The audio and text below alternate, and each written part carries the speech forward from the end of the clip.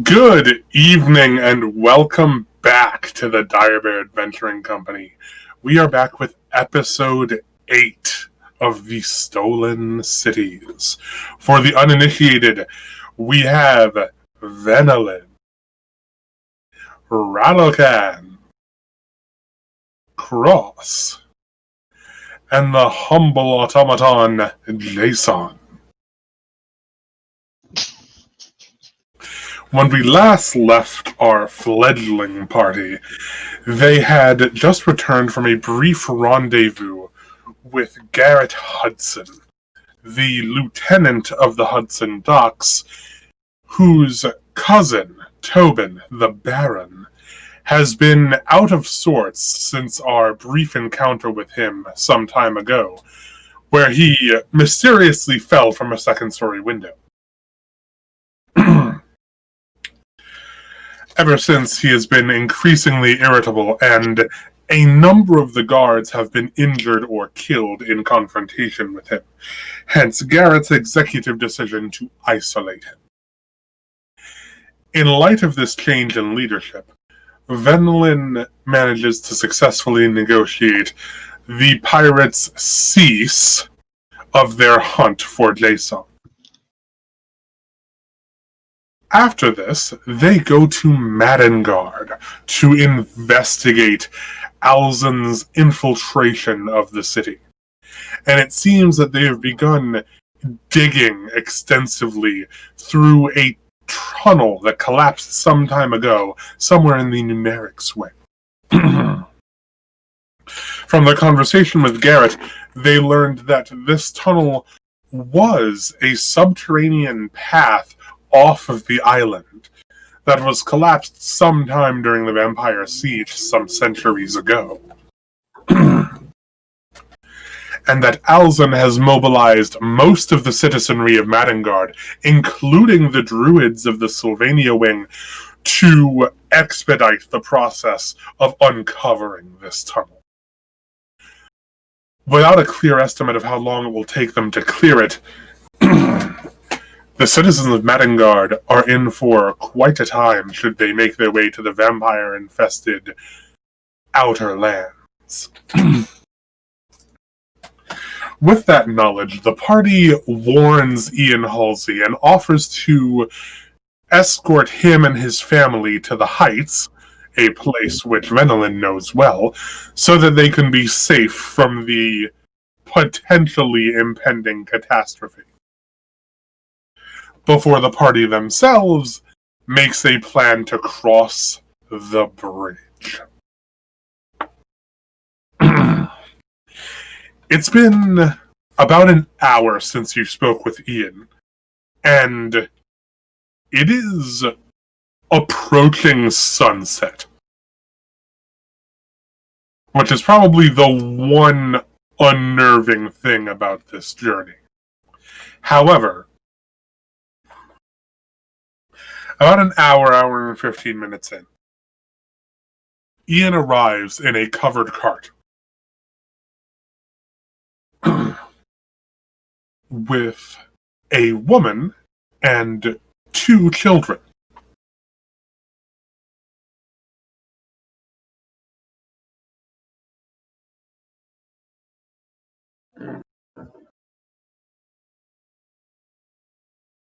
Good.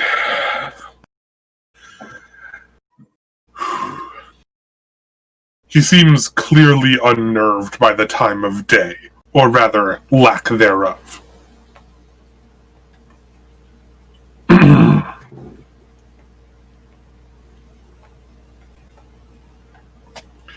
I was worried you might have ding-dong ditched me there, V.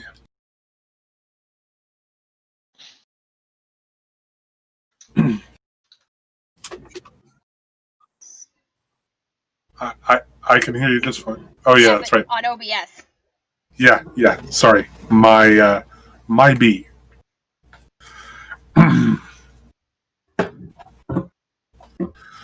So, how's this going? Am I going in front or in back? We'll take up the rear. Okay, just let me know where to go. Head to the labyrinth. We're going to be going through Apollo's territory. Oh, God, not that prick. Yeah, I know. I said the same thing. But we've got a clear shot. He's given us free passage through. So. And if we can make it there fast enough, we've got a safe place to stay for the night and then move on to the heights in the morning. He kind of just nods. You can tell that he's clearly a bit spooked by having to transport his loved ones in what is about to be nighttime.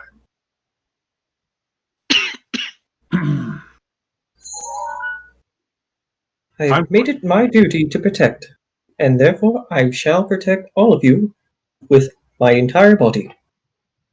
Now, I shouldn't be putting ideas in your heads as the DM. However, would anyone like to ride with Ian Halsey and his family?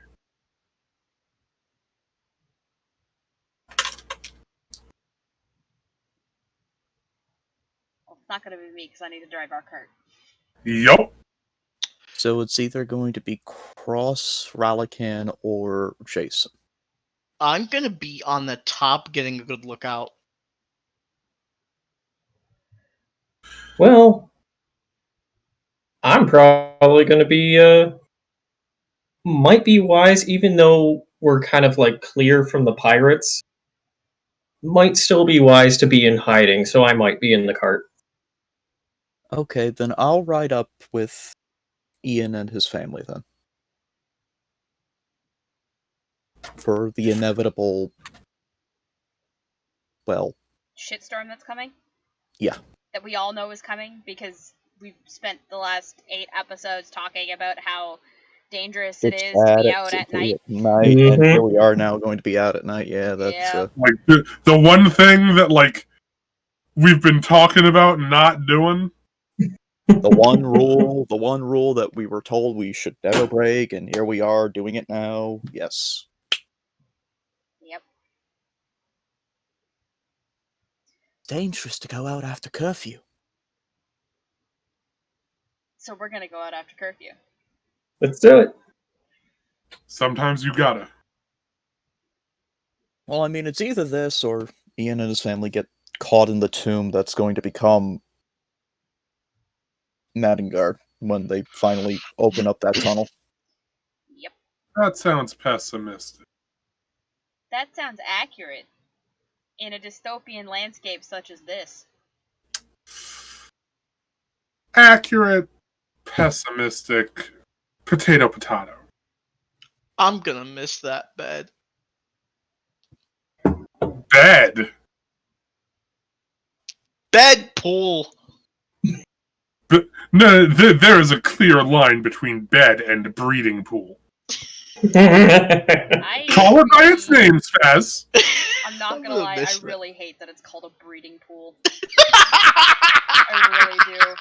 hate I it a do lot. too, I love but it's it. canon. I'm more bothered that of all the things that he went and took from his room, he decided to take an entire jar from his breeding pool. You never know when you need slime. Nope, that's not making it better. It's really not. Moving on. Let us Moving on. continue. Moving off. You guys begin escorting Ian Halsey and his family northward. Who's riding in the cart? Is it Cross? It's Cross.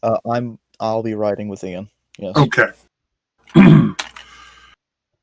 Would you like to introduce yourself to the inhabitants of Ian's cart?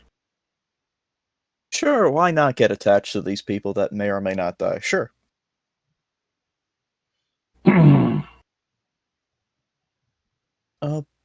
Hello there.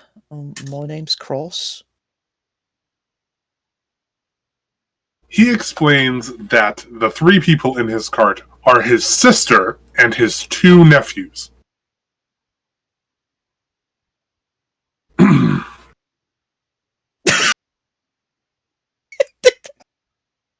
Yes. I thought this man was married. He was. Uh-oh. Oh. Hmm.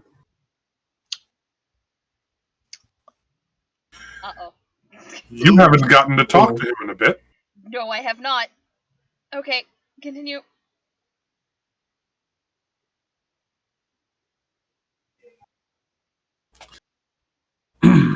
Either way.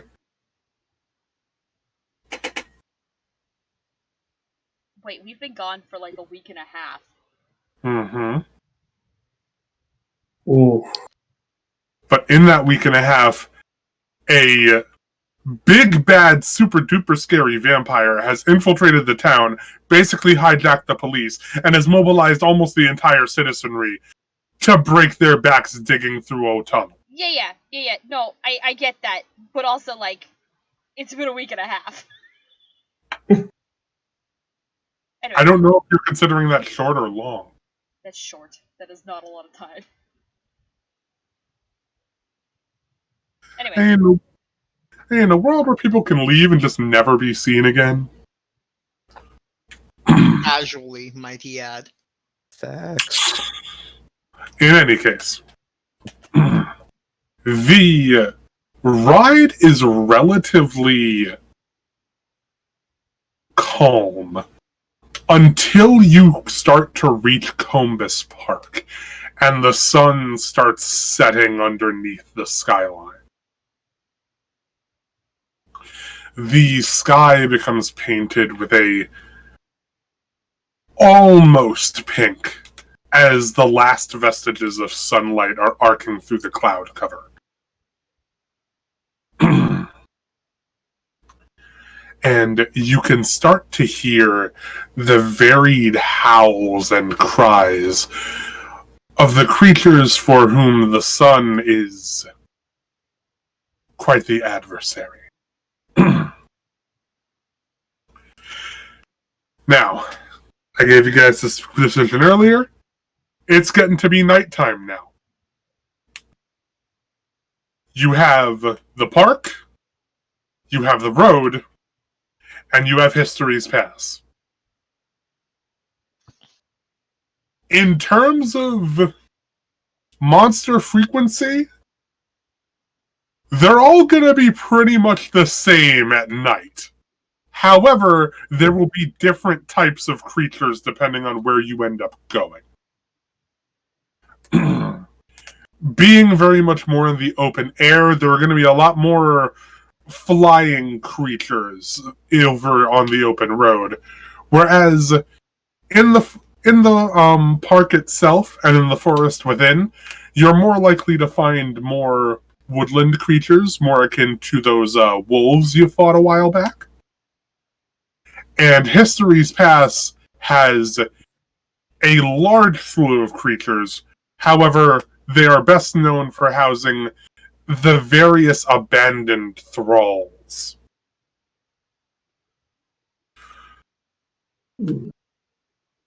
Now, did we last week, correct me if I'm wrong, we came up with going through the park? You went both up and down through the park. Okay, okay. Yeah, you guys have taken the park both times this so far. isn't the park gonna take us to the tavern the fastest? The park will leave you on the eastern end of the labyrinth, which is where the tavern is. The either other path will leave you on a straight shot through the labyrinth into the heights. The heights is significantly more human populated, so you may have an easier time once you get there. This is kind of like the stretch that is going to be a bit on the more difficult side. So we can either take two of the longer paths that lead us straight into safer territory, or we could take the somewhat shorter path that leads us to the inn stop for the night. I will say that the straight road is the shortest path up to the labyrinth. However, it will require you to make a detour if you want to get to the inn. It really depends on if you want to straight shoot to the heights or stop at the inn. The other problem is that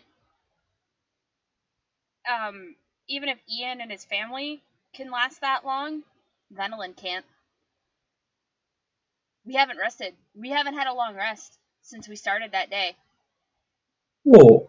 Which means You're right. she'll be pushing exhaustion Weird. to get to the heights that night. Mm-hmm.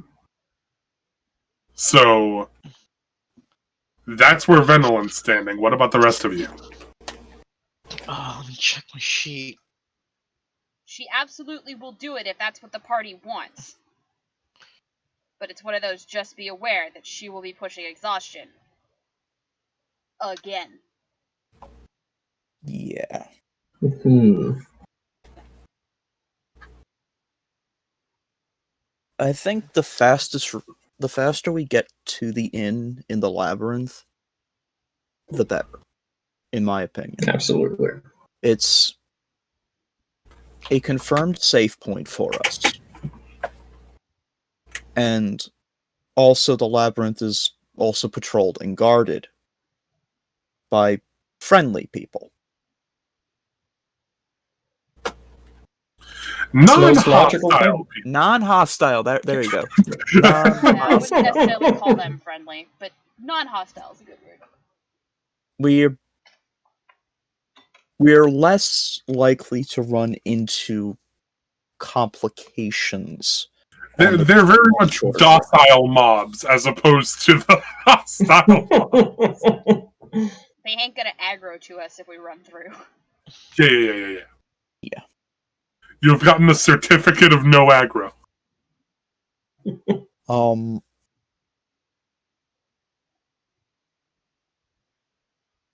My only concern about it, and take this as you will, guys, every time we go through this damn park, something weird happens with Cross that I'm not very comfortable with.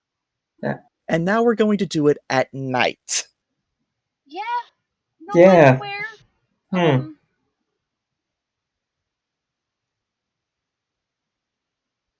What are we gonna do about it, though? Like, what can we, honest to God, do about it? Well, you have somebody's family to distract you this time. What way provides us the most cover? Okay, in terms of cover, definitely History's Pass. However, History's Pass has some of the most dangerous creatures in it as well. And I'm not gonna do the Lord of the Rings tactic where it's like the closer we are to danger, the farther we are from harm. No, that's not gonna work this time. I'm not gonna put. I mean, if you guys can find a safe house and, like, take watches to defend, then that's not a completely unviable tactic. But it really is up to your own discretion. Because if you could find a safe place to stay in History's Past, that you could just, like, set up a choke point and defend, then you could do that. It is not an unviable thing. History's Past is a veritable labyrinth in and of itself. It is a large series of collapsed buildings where a lot of them are mostly intact, but those areas are very prone to monster gatherings.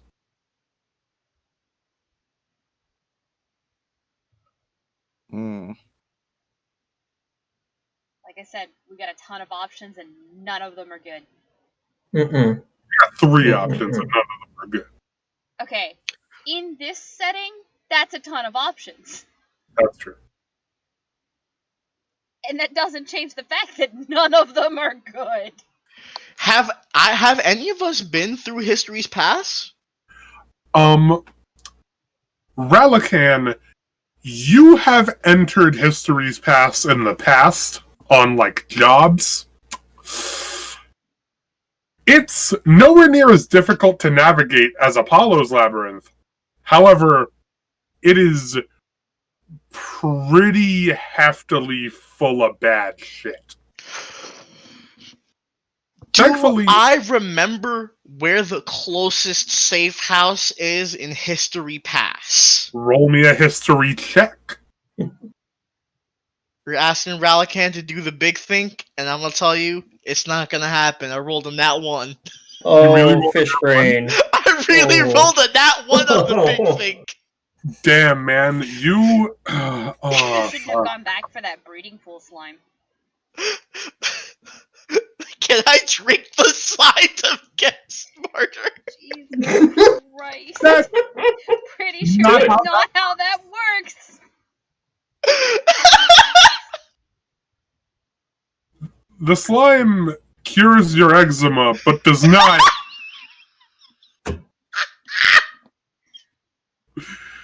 Ooh. Shit. I'm having a bad brain day. Time to drink this breeding pool fluid. Gotta drink that breeding Oh no! Did we just make Civic Hybrid Bear Grylls? No, stop. No, please. It's not enough. Better drink my own pool. Why am I like time. this? To stop. Hydrate. Stop. I mean, if Relican's been in History's Past as well on missions, then so is Venolan. That would not be out of the question, especially considering you have hunted yourself a fair number of vampy boos. You can also roll me a history check, Venolan. Please roll higher than a nat 1. Roll a 2. Pretty sure I can roll higher than a nat 1, good sir. Here comes the 2.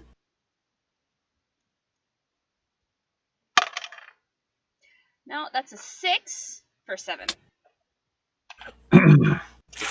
Okay.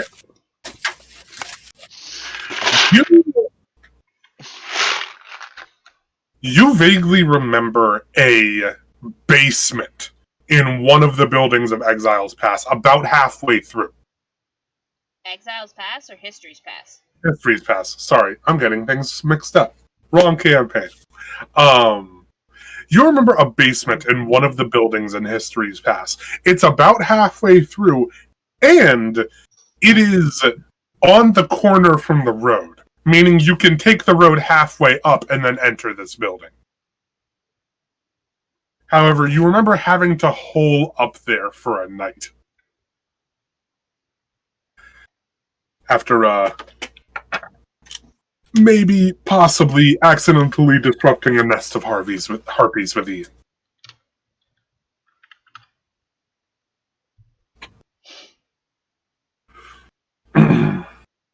Which way are we going?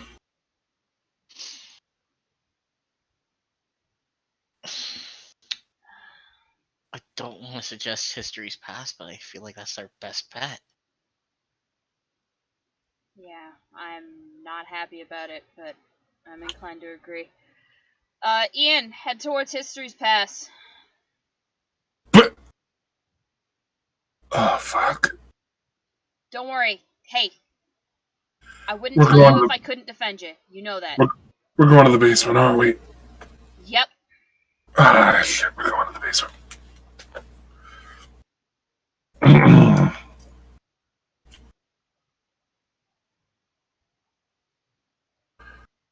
Okay. And y'all take the road. Hey! How are you doing, sir? Time to pull out the dice. Uh-oh. Wonderful. Huh. My D20's missing. Oh, what a pity. It seems like I am forced to draw upon the red D20 of judgment. No! No. No, no, no! No? You could always not draw on the red D20 of Judgment.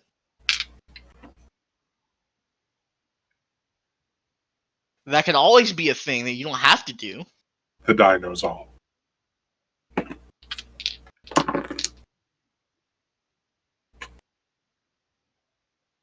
Oh boy. It's a good sound. Okay. You guys make your way down the road, and as the cacophony of howls and cries begin to escalate in volume as the sun begins to set, you can also hear a faint siren from the southwest.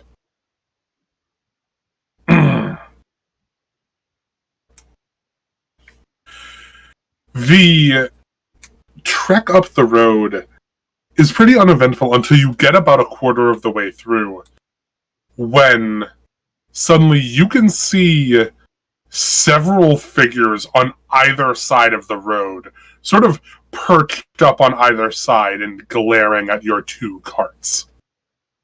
On your right, bordering the park, are a quite hefty series of direwolves. You count around 6. While perched atop the varied buildings and their remains from history's past are many more harpies. A lot. You're counting at least around a dozen. They're both kind of just eyeing the cart at this point. They can very clearly see that both carts are at least somewhat well guarded. So they seem to be waiting for you to make the first move, depending on where you end up going. Okay. Oh man. I'm gonna have hold on, let me just take a Oh look no. at the Oh no. Yeah, we got somebody saying take the harpies. No. No. Relican's Harpies, with you say? birds. It's Relican's Yeah, with birds. no. Yep. Yeah, I understand. No. I completely get where you guys are coming from, but Ralakan's irrational hatred of birds does not trump Ralakan's adoration of people he likes. So, birds or put the people I like in danger? Birds, people. Well, you know what? It's Bird. good to know that you like us, so I'm gonna just let you keep doing your thing. It's just the way you sounded. You were like, I'm gonna roll to see if Ralakan loses his shit or not. No, I was gonna check my Please, no. No, I was gonna check my features for my subclass. I'm going to certain period of time. Okay, I'm going to draw a rune on a rock. Mm-hmm. And I'm going to have it go off in 10 minutes. Okay. So in 10 minutes, that rock will explode for 2d6 lightning damage. Okay. And I'm gonna have that rock fall off the cart and just be there. So that is a 20-foot cube of lightning damage that will not hurt anybody. It will just be a distraction. He says, Hopefully this works as I'm intending. And before that mysterious group of people that are following us that we don't know about suddenly gets stuck with a rune trap. You know what? You know what? I'd be okay with that because then they have to deal with the harpies and the direwolves, and we don't. Mm-hmm. Fair enough. Speaking of which, now that I've said it, are we being followed at all? Other than that siren, you haven't really heard anything that indicated that you were being followed. No other carts in the area or anything like that. Yet. Just so I can get a better picture in this in my head, specifically, Maddengard's to the southwest from where we are, correct? Madengard is directly south from you. Then what's to the west? Hmm. Well, I guess that's the question, isn't it? Hmm. Hmm. Southwest is Hudson Docks. Uh-oh. Hmm. Hmm. I'm sure they're going to be fine. Everything's fine. It's all fine. You know what? If we keep saying it enough, it probably is going to wind up being true. I love that like slow look towards the camera. It's like everything is not going to. Oh man.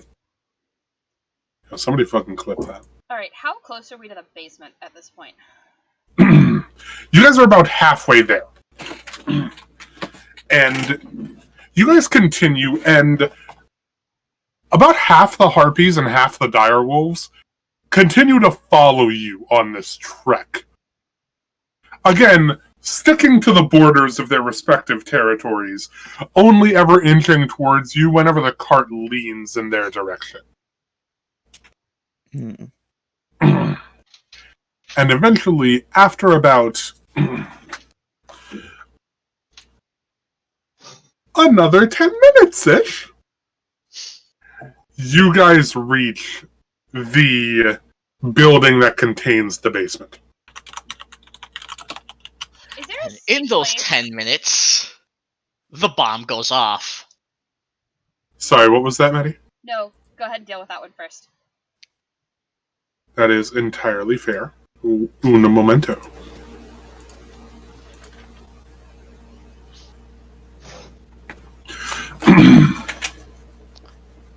Please, work as I hoped.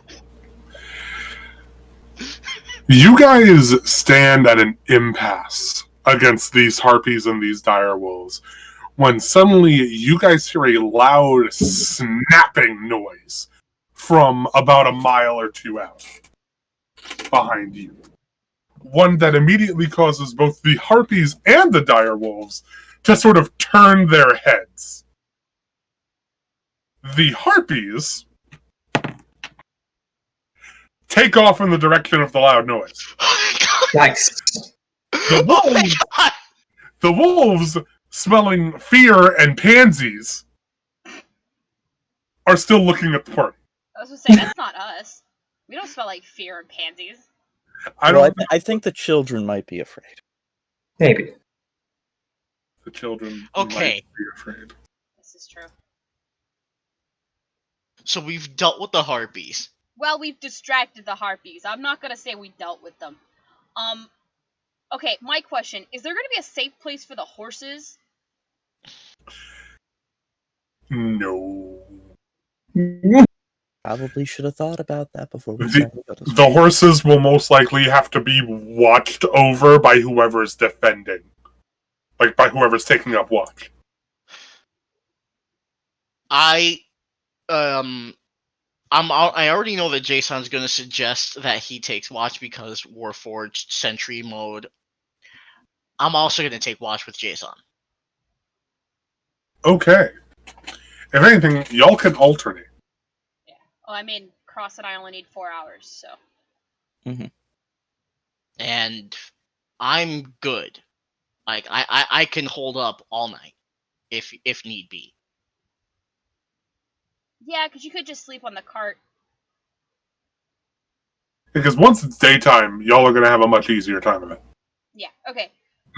So they'll take the first 4 hours while Cross and I catch our trance time. And then Cross and I will take second watch. Does that work for you, Tim? Yeah, that works. Just probably should make sure that the basement is properly secured before we decide to rest Oh, here. absolutely. That's true. Because who knows what might have moved in while you guys were not here.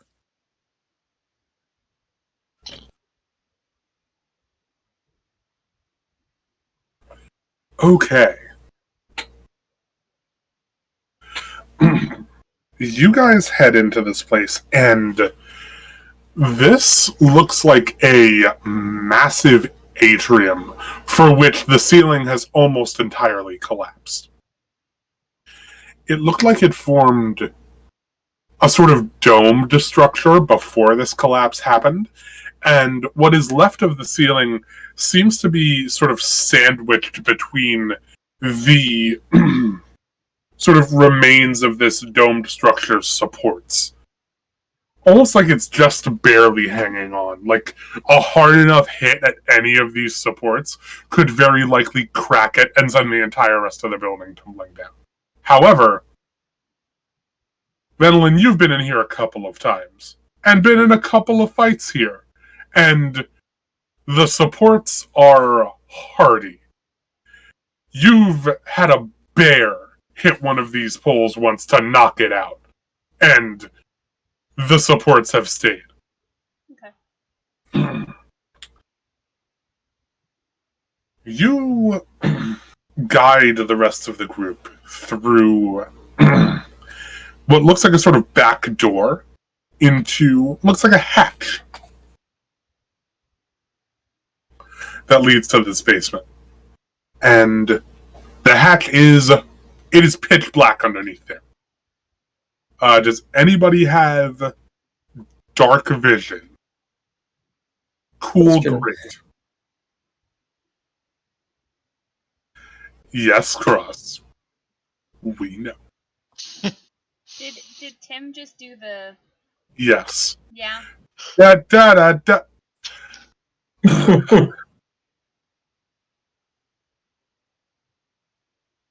Venelin, you... Roll me a stealth check first, actually. Alrighty then. Wait, is this the rogue that I... Oh my god, that's right. This is the rogue I didn't take stealth on.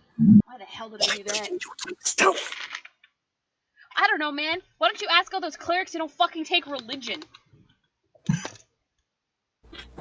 Also, while Maddie's checking that, our horses are currently outside, and there are still dire wolves out there, right? Yes, but you have parked the horses kind of closer to this building, so the wolves are not Okay. there yet. Okay, perfect. The wolves are not keen on leaving the forest. That is a 17. Lovely. Alex. Wonderful. You slip down this ladder quite stealthily, and in the dim light, you can note that there are several figures sleeping in this basement. However, the lack of discernible temperature among them leads you to believe that they are very likely thralls, due to their humanoid shape. I am going to, as equally quiet and stealthy, go back up that goddamn ladder. You count 4. 4 of them? Okay. Mm-hmm. Alright. Well, we have a problem. There's stuff down there, ain't there? Mm-hmm. Mm-hmm. What do we got? Have you noticed? Thrall? 4 of them? Wonderful. Go down and eliminate them. Well, that doesn't seem like a big deal. How long do you think it'll take for you to get down there? Get down there? Not a problem. No, how long will it take to walk down there? Back down to the basement? Mm-hmm. 30 seconds. Would you like for me to create a few more distractions that may or may not deal with them? No. Because I think we're gonna do best if we just do it with the element of surprise. I'd say slit their throat. I'd say deal with them in their sleep, as Venelin remembers that there are children in the other cart. But, I'm not sure when the last time they ate was, how healthy they are, who their vampire master actually is. All of that is factoring towards whether or not we can even remotely handle them. I didn't know the thralls sleep. Thralls are still technically human. Technically. Guess They're like I'm not- still technically a fish. I'm not even gonna touch that one. Thralls are still technically human. They still need to rest. Even vampires, being the undead, unholy abominations that they are, need to rest. Vampires Okay. can't go forever. They need to either return back to where they store their heart, or if they choose to keep their heart in the chest, then, well, they gotta stay where they are to protect themselves, so. Nobody can go forever without rest. Except for constructs, but honestly, I haven't run into too many of those. Hello. You're not a construct, you have your own autonomy, Jason. Understood. However, I have been constructed That you by the have. likes of you and the people of oh my. Count that as a bug in JSON system because I totally flubbed the name of our town. The people of Madden. Madden. John Madden. Madden. John John Madden Madden. guards. No. That's great. You're not wrong. But that doesn't change the fact that the easiest way it's going to be to handle this is to take them out while they're still sleeping. Gives us the element of surprise. And, well, it's the safest way to do it.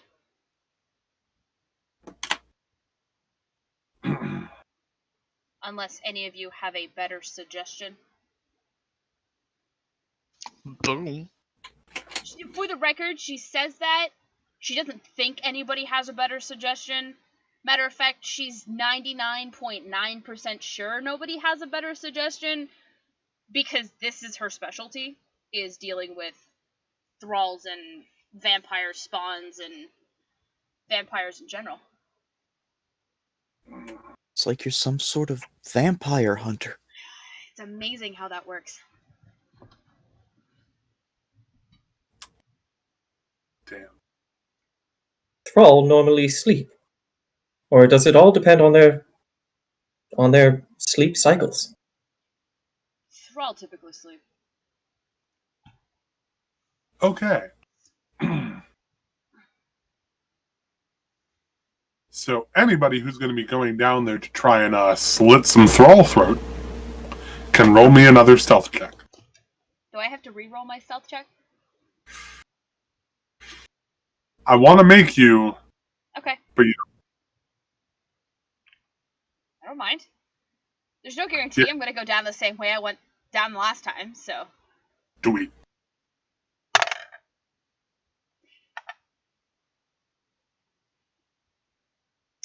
That's a 6. Okay. Total. How's about anybody else going down there to slit some thrall throat? Does anyone suggest the chunky, clunky, rusty robot go down No. stealthily? No, we do not. Ian and his sister roll a 19 and a 17 respectively.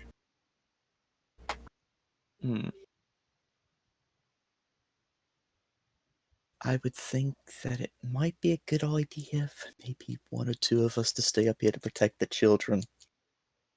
Just in case those Good. wolves get any ideas. No, that was the idea. For me and Jason to keep an eye on them. How it goes. Okay. Jason will hand one of the silver daggers that he produced when he first met Raphael. When Raphael gave him the silver ore, to one of the Halseys. I just imagine Jason giving a 10-year-old child a knife. No! Preferably not the 10-year-old. Of course! Okay. This will help defend yourself. You can't give a child a sword. It's dangerous. It's educational. They could get hurt. That would be a good lesson. I know that joke, and I hate that you make the reference because that's the same thing I was thinking of. I love that reference. I don't know what it's from. I'm gonna sit you down and watch Hogfather at some point. What, Father? It's a Christmas movie. Don't worry about it. Did you just? It's a Christmas movie. Wait, what's a Christmas movie? Is this by the same vein that Die Hard is No, a Christmas movie, or is No, it because actually Die Hard a is- Christmas movie? Die Hard is a Christmas movie. No, it's no. Did you say Hogfather? Okay. Terry Pratchett, when he wrote The Hogfather, it was a parody of a Christmas movie. Fair enough.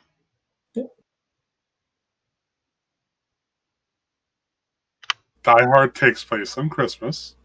Doesn't make it It's a a Christmas movie. It's a Christmas movie. Okay, let's Focus get back off up. of this. Sorry, You I'm sorry I told me- derailed us with I'm that. gonna roll myself. You check. told me that Schindler's List took place on Christmas Day. Okay, that's no. Let's not. Okay. Let's not. I got a 20 on my stealth check. Judas Priest. Okay, so Ral and Jason, you guys are staying behind. Yes. Jason, you have given Ian's sister a silver dagger with which to go down and stab some thralls in their stupid faces. Absolutely. Wonderful.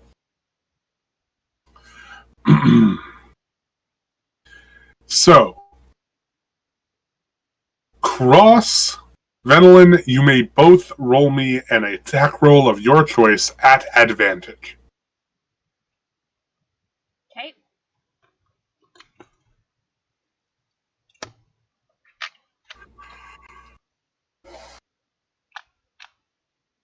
Where is my Strahd D20? There it is.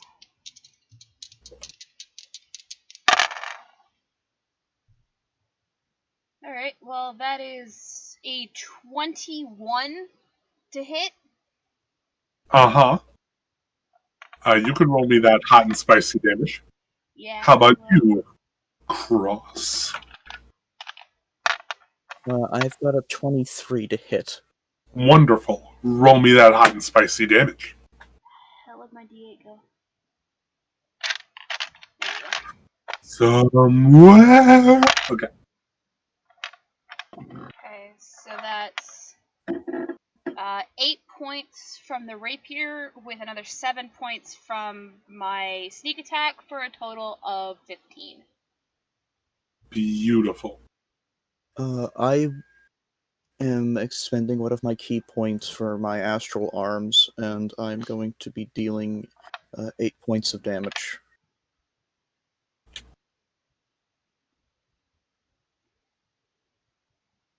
Okay. Which is definitely radiant, meaning, oh boy, that's 16 points of damage. Nice. Man, now I wish I was playing a blood hunter. And,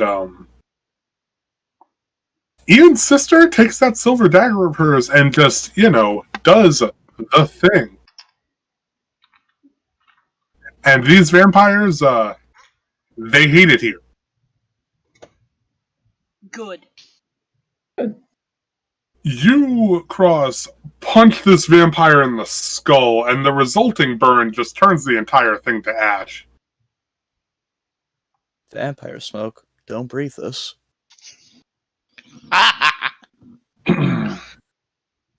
Venelin, you lift one of them up by, the chin and just... And... Ian's sister does something very similar, except it being a silver dagger, it cuts a lot more cleanly and cleaves like a hot knife through butter. Where you just slit the throat, she does the exact same motion and the head lops clean off. So there's only one left. Yup. And he's still sleeping. Nice. I believe it's Cross who has the better dex. Yes, Cross. You can make me another attack roll at advantage. Okay.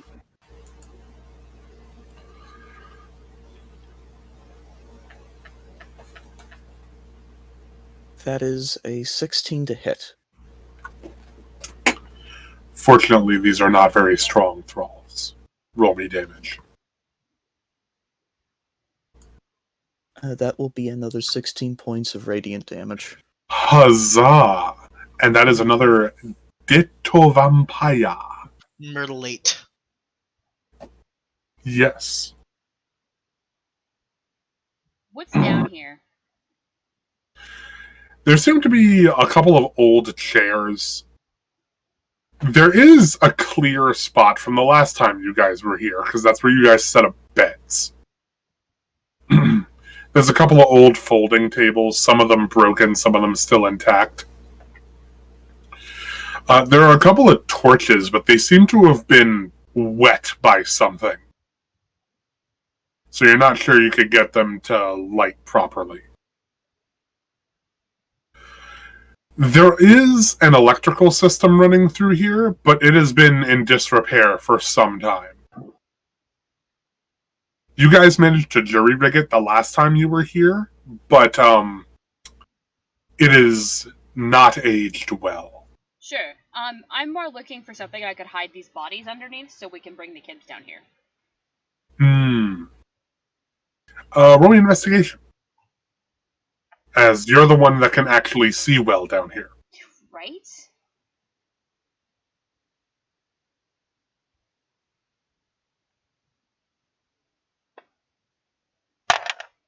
$16.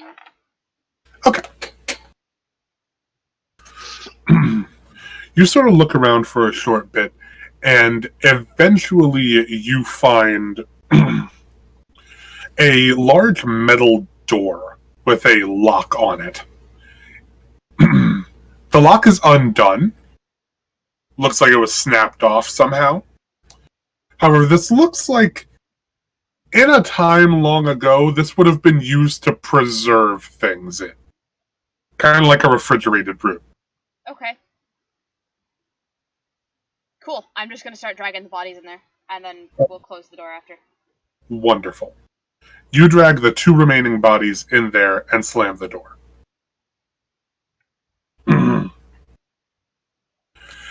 Jason and Ral, roll me intimidation. See, I'm not intimidating as Ral's a lovable person, but I rolled a 13, so what happens? You haunt my fucking nightmares. Like, for real though? Look at Ral's face. What do you mean? Man looks like Voldemort joined the Blue Man group. Like, What do you mean? A toothy grin.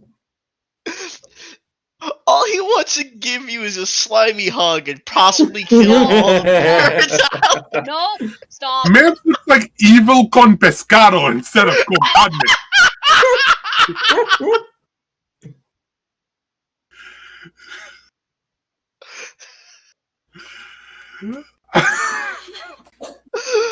I can't believe I said that.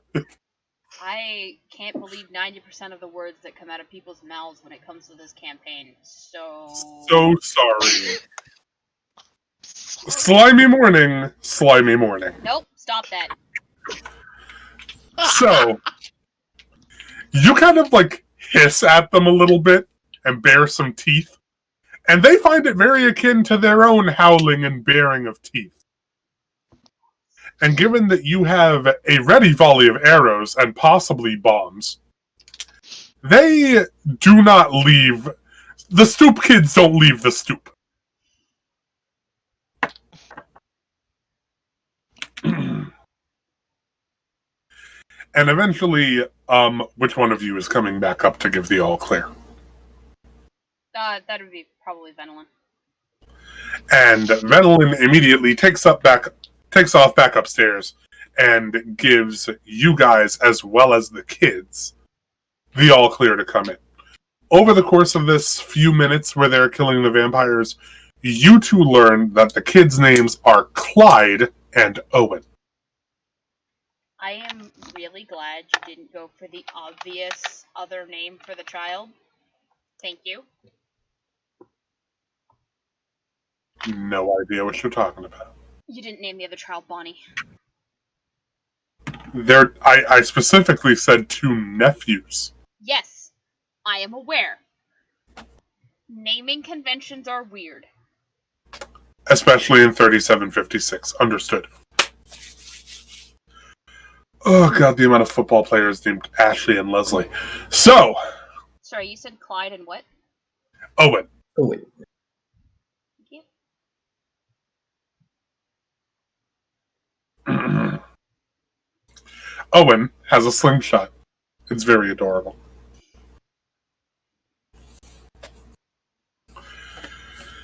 So you guys bring them downstairs, and I assume you're sitting them, like, in the little bed space. Yeah. Okie dokie. Like, we've attempted to clean up as much of the blood as we can. Of course. You know, the usual try and make it so that the children don't know we just murdered people down here. Or what used to be people. Yeah.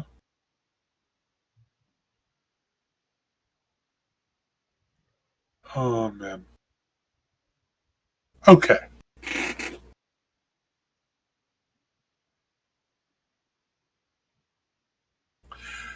So, you guys set up camp in the basement. It doesn't take you too long, as there are, like, a small amount of resources that you guys manage to scavenge. And you guys have enough torches among you to actually light this place. It's more spacious than it feels like in the claustrophobia when you can't see.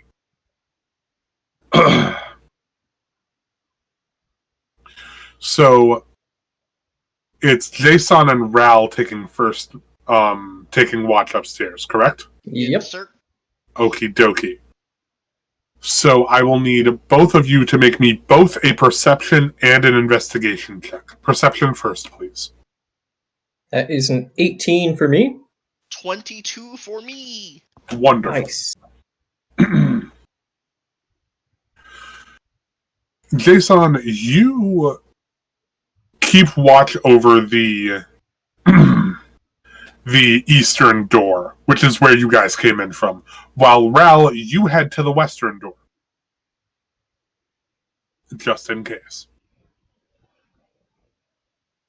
Fortunately, the wolves seem to sort of take back off into the forest once they see that you guys have nestled up quite nicely in that old building. Wonderful. However, you can see a varying multitude of different creatures taking off across the road. Most of them not too keen to go indoors, as they have to spend most of their time there anyway. Ral, you can see several carts making their way along the western barrens.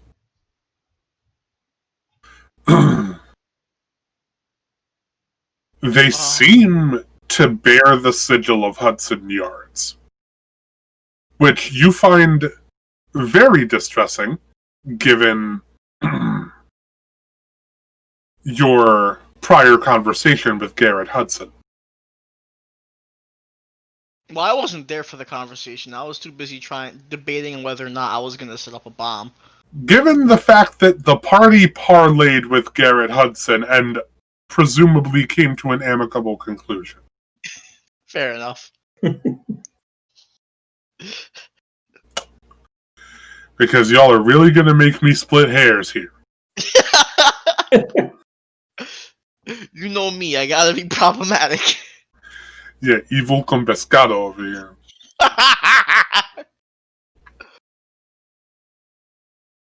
I'm going to remember that. That's...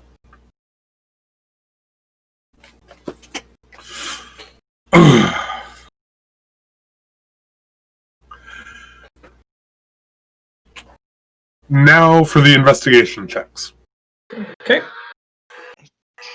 That is a 17. Can I use my passive investigation? What is it? My passive investigation is a 12. What's your roll? Rolled a nat 1.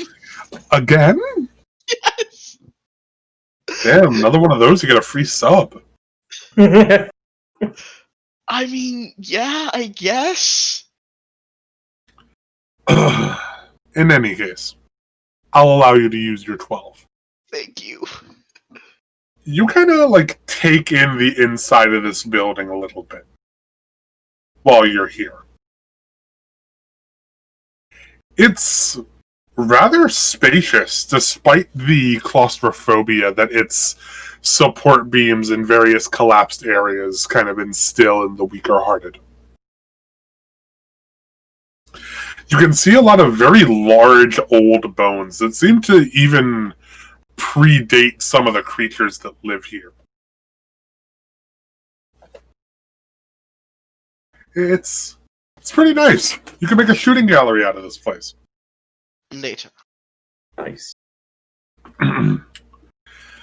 Jason, the creatures that explore outside seem mostly confined to the forest, although every so often one of them will try and enter only to be mauled quite viciously by the wolves. One such cart from the other side makes its way through to this side, and you can hear a conversation.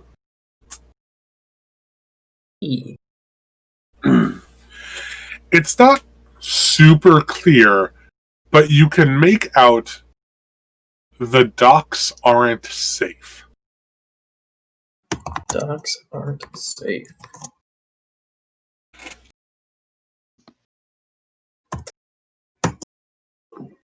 Saved and stored. Perfect.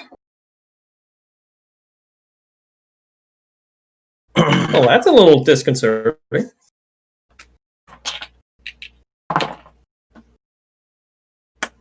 Wonderful.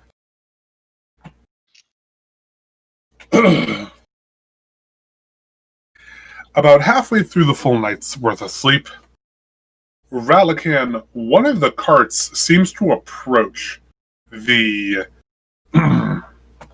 the western entrance to the building. It seems like they, like you, are looking for a place to take shelter. They disembark almost immediately from the entrance, and there are 6 Hudson pirates here. Do I recognize any of them? You're pretty sure one of them was one of the guards that you saw while you were investigating for the most optimal place to do reconnaissance. 2 of them are wielding bows, while the other 4 have a series of different melee weapons. You are kind of in a perch, and therefore kind of have the drop on them. You're on like a Batman gargoyle. Yeah, I kind of figured. Are they making their way towards the house? Towards the basement, you mean? Yeah. The basement hatch is near the center of the area, so they are naturally headed towards there. However, their manner of movement leads you to believe that they do not know the layout of this building like you guys do.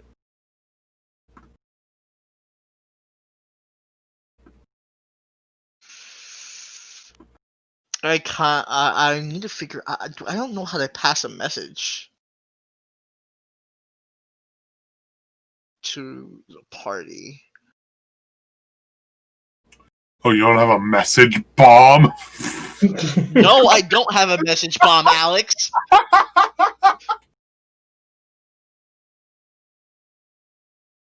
You can't just send a howler into the basement. No, there are children sleeping. I wouldn't send a howler in real life to people.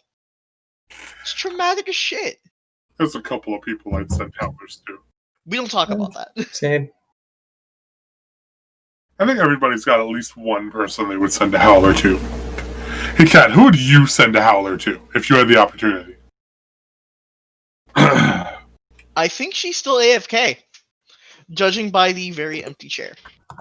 Yeah, and I think this is a good idea to mention our sponsor, AK Racing. We are not sponsored by AK Racing Gaming We are Chairs. not sponsored by AK Racing Gaming Chairs. I will It's- take this opportunity, no the fact that she is AFK and we were actually Never asking mind. questions. Never. Oof, get fucked. I was going to go get a cool drink of water, but honestly, I am dying of thirst over here.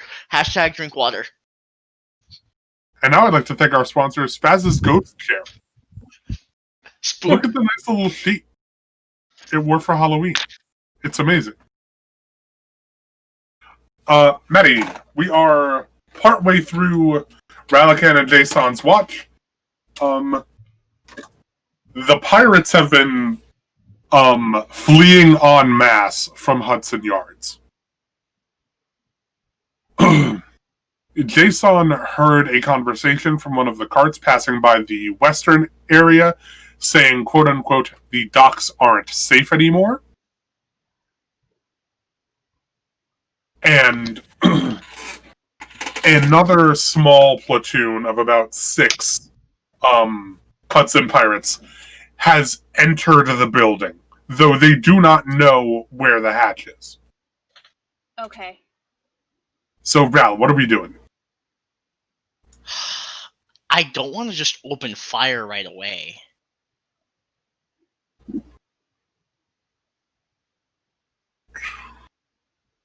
But I will if I have to. I'm They going seem, to to be, continue. they seem to be sort of in like a circular formation to cover themselves, but they don't seem too like poised for a fight. It looks like they left in a hurry. They don't even seem to like have that much stuff on them. Like, forget like having loot and shit. Like, I'm trying to protect our party. I am the watchful fish guardian here. Hi, creature. Hello, creature. Hey, creature. Hashtag cat tax. Ah, yes, it's precious. It's precious. Don't do it, Spaz. What? Don't worry about it. I don't like being called out like this. I am just everyone's favorite humble Simic hybrid. I want you to...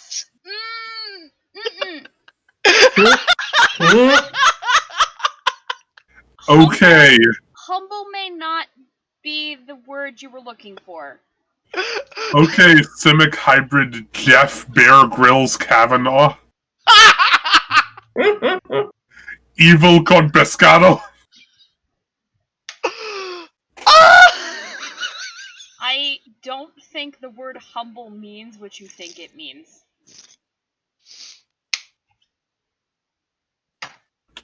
Man says he's humble and then dresses like he's in the Kendrick Lamar music video.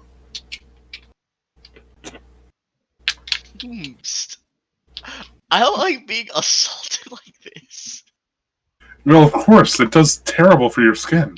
Shut up. Anywho. Yeah, Mike's not even here.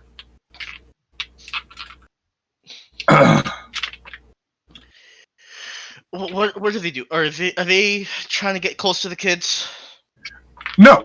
They're like headed towards the center of the room where the hatch is, but they clearly don't know it's there. They're very clearly like scouting the place and looking around to see if there's any places they'll need to defend. Jason, as they approach the center of the room, you also make note of them. Would you like to hide? Is there anything you would like to do?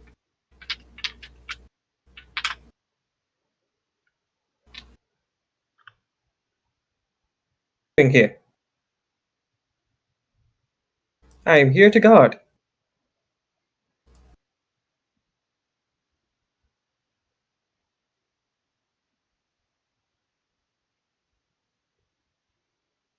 I'm sorry, did you say that out loud? Yes.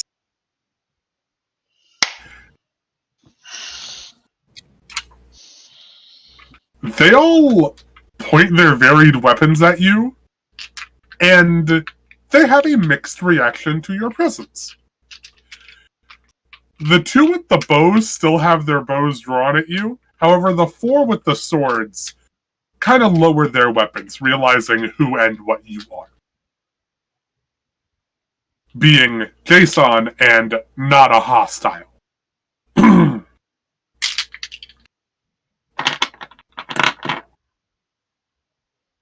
One of them immediately just like goes to the guys with the kill the hell out. You guys are taking shelter here too? Indeed. I overheard by one of the traveling carts going by that the docks seem to be dangerous. It's the Baron. He went crazy. Do I hear What this happened? as well or no? You can roll me perception. Okay. Because you're on the other side of the building. 20. Not Yeah, you natural, can- just You can hear this. okay. Baron, he went crazy. Killed Garrett. Bunch of the other guards. Dear. Started ordering everybody to go looking for you, actually. Most of us just left. Well, that seems rather unfortunate and rather terrifying. I am sorry for this. He had this look in his eyes. It was...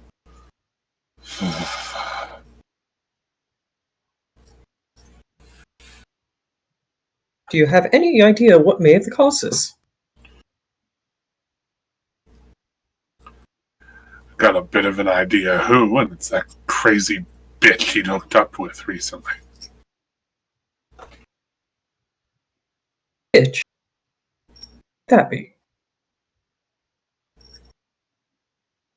Yeah, your vampire friend, Cassidy. Oh, yes. Understood. We have taken care of her recently. Well, you ain't taking care of him, and considering I don't know anybody who's ever recovered from 2 broken legs in 3 days. Oh dear. I can only assume one thing.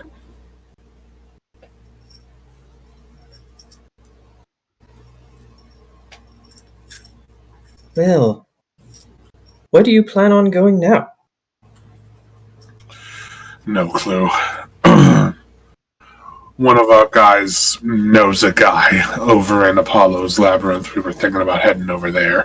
But the rest of them could be going anywhere, honestly. They could take their chances in the Labyrinth, take their chances here at the pass. I know a couple of guys went down to Battery Port. I kind of like definitely perk up at the name Battery Port.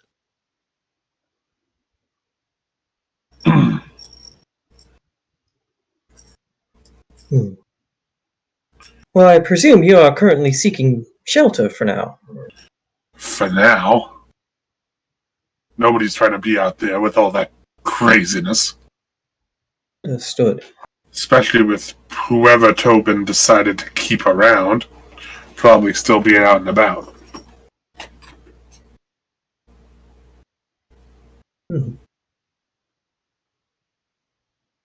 Well, I understand that I am currently under orders of protecting this shelter and everyone in it. I may have to ask if there is enough room for you. Give me one moment, please. And he shuffles over to Ralakan. I haven't checked the inside. I heard this story. You might want to take a peek in. I'll stay out here Understood. keeping an eye on them wolves. Stood. And Jason will go down and see if anybody is currently awake in the basement. You guys don't technically need sleep, but you can be sleeping. No sleeping? No sleep. Trancing. Venlin's super duper awake. No, she's not super duper awake, she's trancing. You are still gonna have to try and get her attention, but she's not asleep. Fenelon, Sorry, Fenelon. Tim, you were going to say something before I spoke up. I was also saying that Cross is also trancing. I just imagine them sitting like side by side in the same pose, just tranced out. It would be creepy as hell. I Cross's like to think glassy that eyes are just slightly more glassy. I like to think that Jason goes Venolin, Venolin, and then there's just a third bass boosted Venolin. Boombox mode engages. Just two speakers just. Yikes. Yeah, Venolin, just her eyes snap open and she looks right up at Cross. Yeah. Fenelon, I am over here. That Cross looks right at Jason. I Hello. appreciate you care. On our watch, I have made word with a few of the Hudson pirates. Well, formerly Hudson pirates. They seem to be fleeing the docks, as it seems that the Baron has quote-unquote gone crazy due to that crazy bitch, and has been causing a lot of terror and harm to the people. I have come across a couple of the folks who are seeking shelter. Do we have enough room for... how many did he count? 6? Yep. Do we have enough room for shelter of 6 other fellows? They appear non-hostile. You said they were pirates. Former. Former pirates. DM, is Ian asleep or is he awake? Ian is asleep. Ian is a human. Okay. And his sister, I'm assuming, same thing? She is cuddling her 2 kids, but yes. Okay.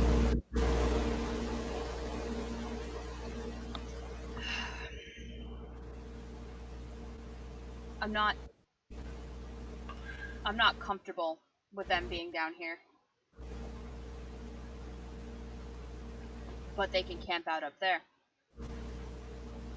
Understood. Logical conclusion. Thank you, Venolin. You may continue your trance. Thank you. The pirates agree and give you a nice little handshake, Jason. And they offer to finish the rest of the watch. Oh, thank you. I'm not gonna let them do that. I'm gonna stay up. I'm gonna get exhausted whether you like it or not. Jason still has a function to perform, so he's going to still stay up with them. Of course. I don't trust these pirates as far as the direwolves can chew them. They can chew them pretty far. Mhm. No, they make no fucking sense. In any case.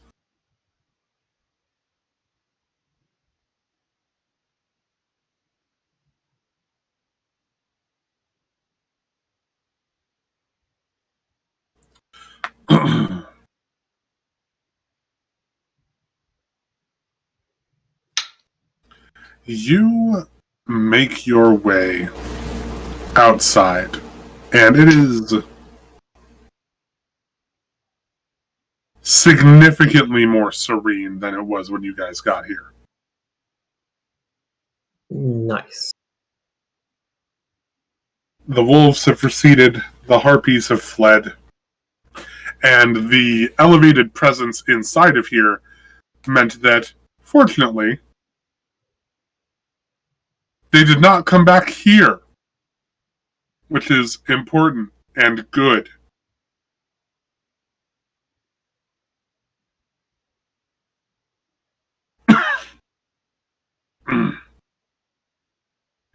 Apologies.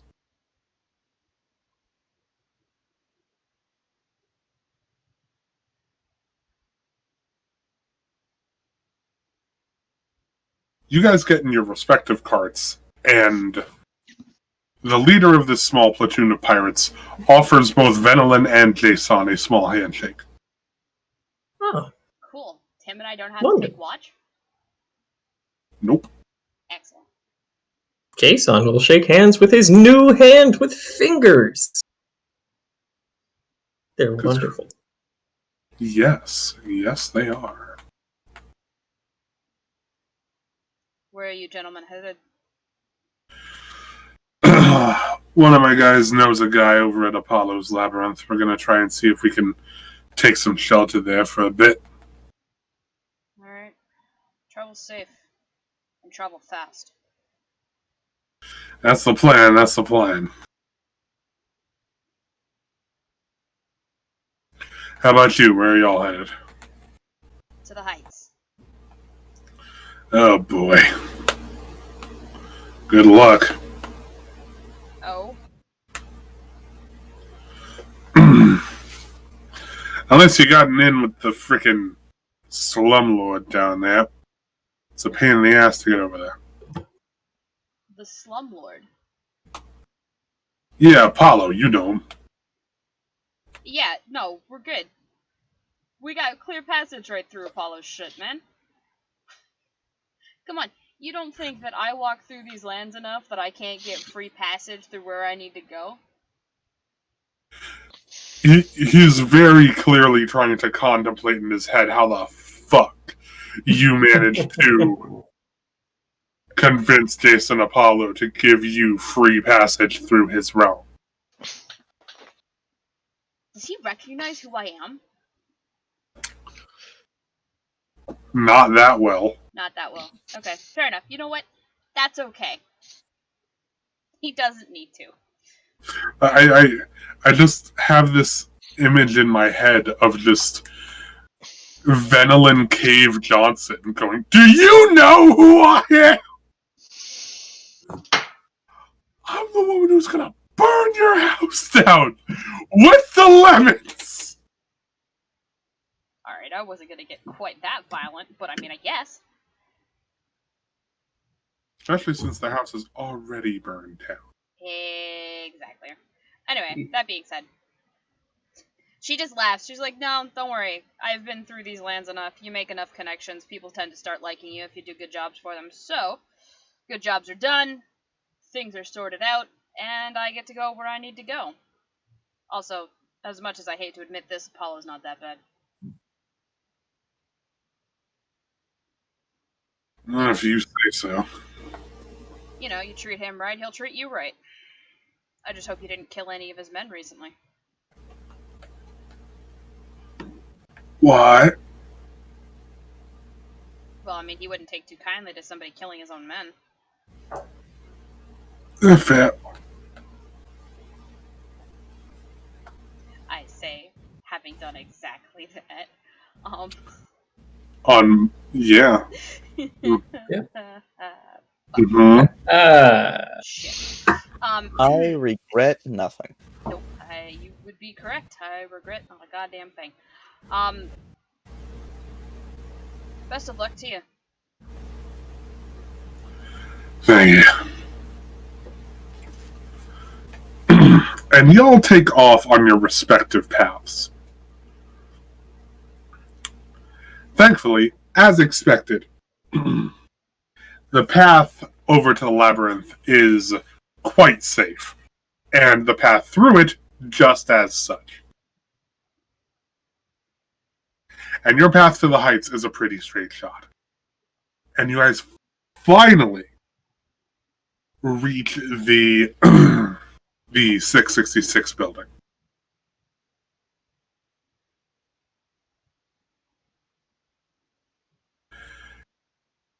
Are you guys allowing them to stay, like, in the 4th floor where you guys are? Yes. Wonderful. Yeah, like, the whole point was for Venelin to allow Ian Halsey and his family access to the 4th and 5th floors, because those were her family's floors. Okay. So y'all take the stairs up to the 4th floor. And Raphael's just like, you're back quick. You brought guests. Guests, permanent residents, same shit. Raphael and Halsey. What's going on with these guys? We got the men of Madengard before Madengard fell. Fell. Oh, process of falling? Yeah. The hell's going on over there? Alzen seems to have gotten his hooks into the police ward and convinced most of the town to do his dirty work, as it were. Oh, God. Yeah, it's not pretty.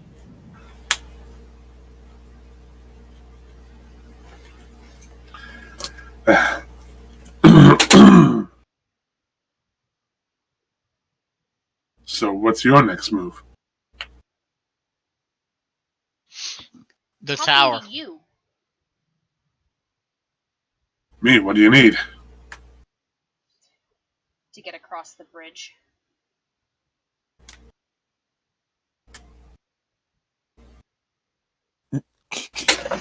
Yeah, that reaction, yeah.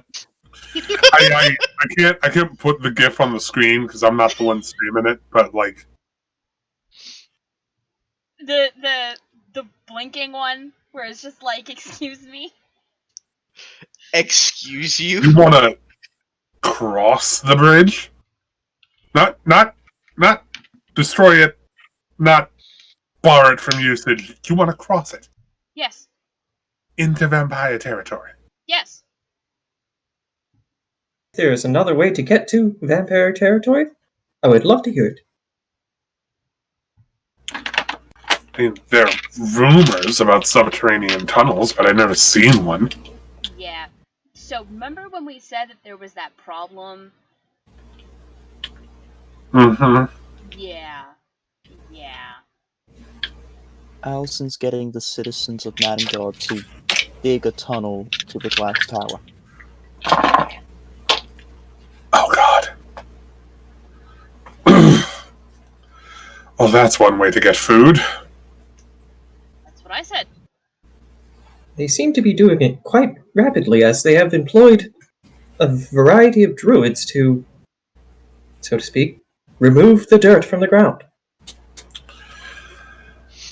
Well, unfortunately, the terrain of the other side of the bridge makes boating there impossible. Otherwise, I'd say to go to Battery Port and procure a boat. Hmm. So that leaves us with tunnels we can't access, or crossing the bridge. So as you Unless they can would- see, we have very few options and none of them are good. And unfortunately, I have not perfected a good vampire disguise. Cross, you were trying to say something? Well, I was just saying that, like, there could be a chance that there might be another entrance to the tunnels, but that's just me thinking. Where do you think? At this I don't- point, any idea is not a stupid one. Well, I don't know. Tunnels just tend to kind of go all over the place, don't they, sometimes? There could be another entrance somewhere, but I don't know where to start looking. The library. A what? The library. The library, here. My father may have some old architectural books that would tell us what we need to know.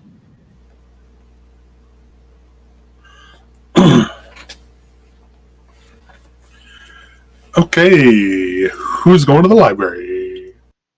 I'm gonna stick with Halsey and the kids just to make sure that they're okay. Okie dokie. Jason will go to the library. You start juggling bombs and throwing them out the window to make fireworks. No! Yes! They're a fun party trick. What do you want? Please don't do that, that's going to attract undue attention. I was going to look at a book, but not just any sort of book. He's going to take this time to look at the journal that he found. How can you read? Braille. Braille. Right? Braille. I'm very mad. Like, I, I, It took me 3 days. Don't get mad at me. I'm.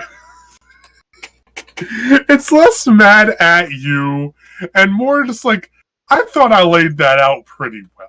My imagination got away from me. I'm sorry. It's okay. We love you, Tim. Gwendolyn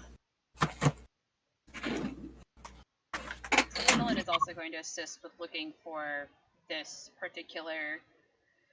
She's Roll looking me. for plans that may have connected the cities, either via underground tunnels. Roll me investigation.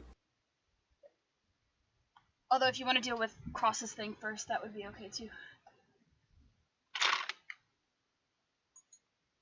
Also, would this be at advantage since Jason will also be searching Since for Jason any is sort of missing, I subterranean? give you advantage, Betty. Okay. Although I feel like I should ask Lucas if he has a higher investigation stat than I do.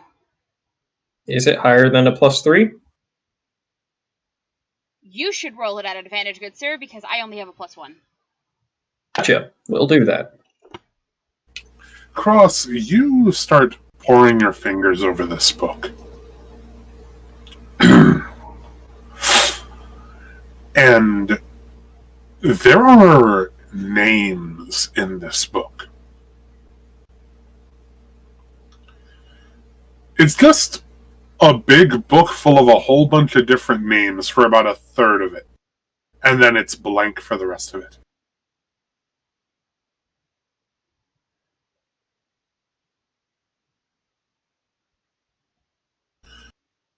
You didn't see the quill when you took the book out of your backpack. However, the moment you got to an empty page, the quill was there.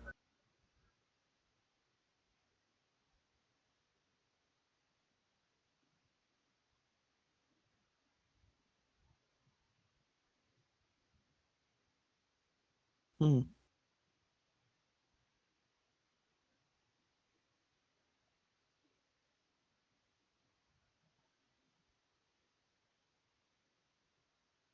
Kind of scared to ask this next question. Uh-huh.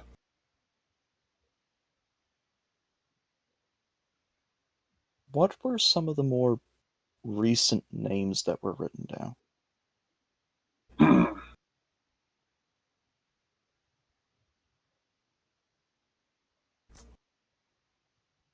They are a series of elven names. They seem very old-timey, not very modern or contemporary at all, even in terms of elven culture. Hmm.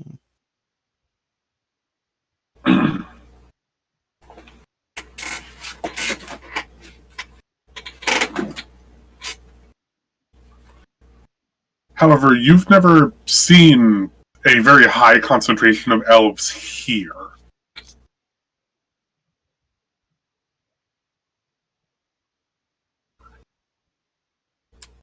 Hmm. So you're not entirely sure from where these elves could have originated. That have their names somehow written in this book. In Braille, no less.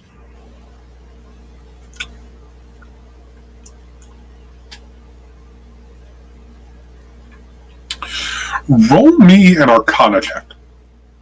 Oh, this is going to be fun.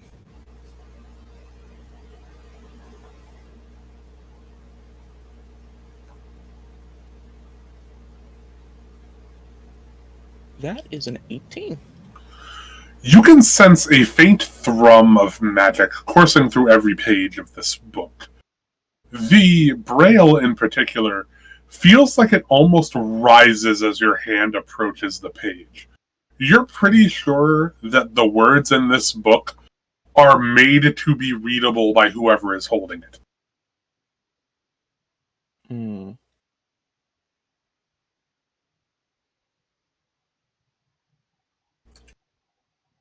The only thing I seem to find in it are names. Yep, names and a bunch of empty lines where there are no names. Okay. And with the context of them being names, you start to feel like those lines are meant to be kind of like indicators of where you would put a signature.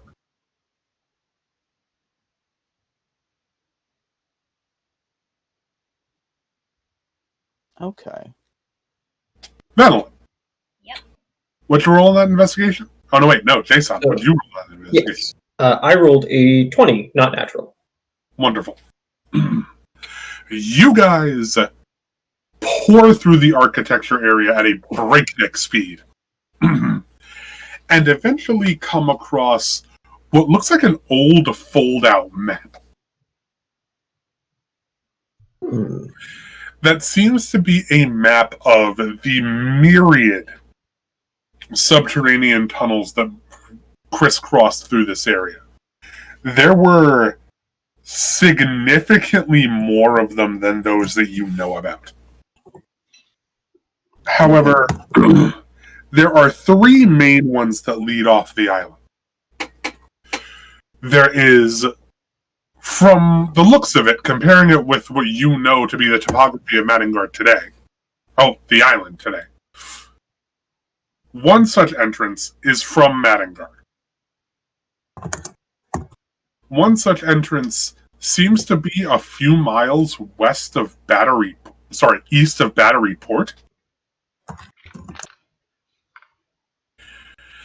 And another such entrance appears to be a few miles southeast of Combus Park.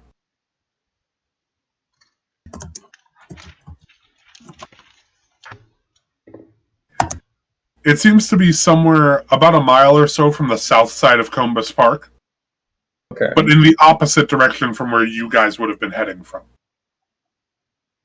Gotcha.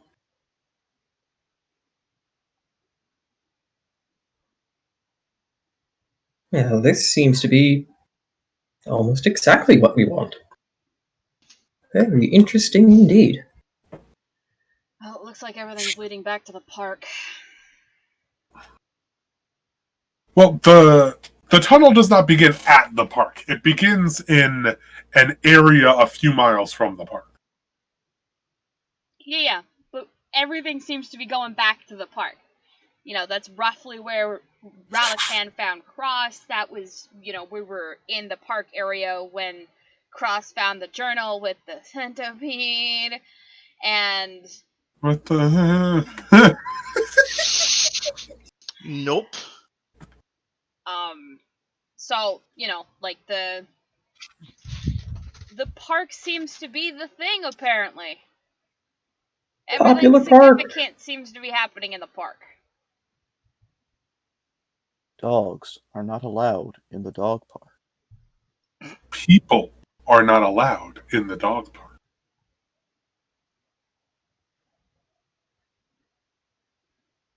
Oh, man. I mean, we could abandon our little quest to the Glass Tower, because it does seem like a very bad idea to just go into the heart of vampire territory, and we could continue to comb the park for clues. We could also find our entrance, too. Mm-hmm. Probably not a bad idea. And honestly, as much as it's going to take us more time, I'd rather do that one by foot. We have no cart to worry about, nor horses to guard. It'll take us longer, we're going to have to be significantly more careful. And we can't make a speedy getaway. But In that case, since you've got it in with friggin' Apollo, how about you have him get you guys through the park at least? I don't hate that plan. I don't hate that plan either. That's an Ian Halsey copyrighted plan. You gotta give me royalties on that. Ral starts checking his pockets.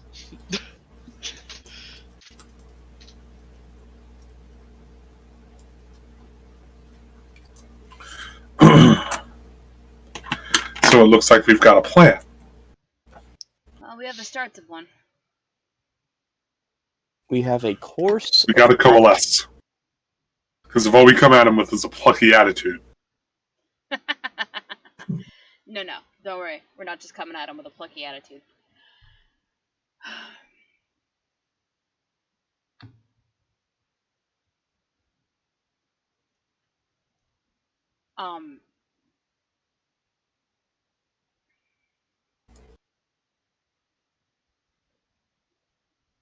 Well, we walk back into Jason Apollo's area, get him to take us quickly through the labyrinth, and then we're right back out of the park. Now the question is, where do you want him to leave you off? Because he could leave you in the park, or he could leave you closer to where you guys need to be. Probably closer to where we need to be, but that'll come down to negotiations with Jason Apollo. Mm-hmm.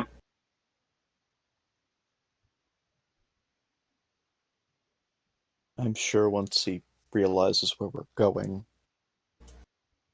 he might have an interest in that expedition. Could always explain it too. Mm-hmm. And warn him what's coming.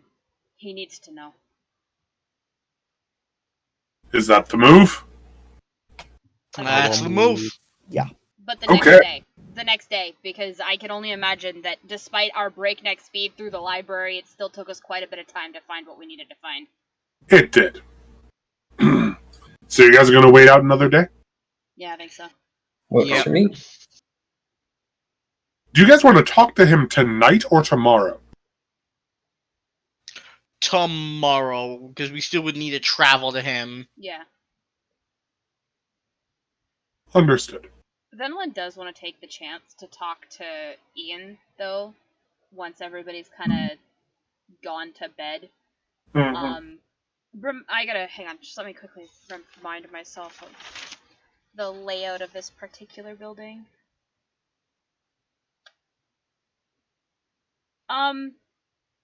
Okay, so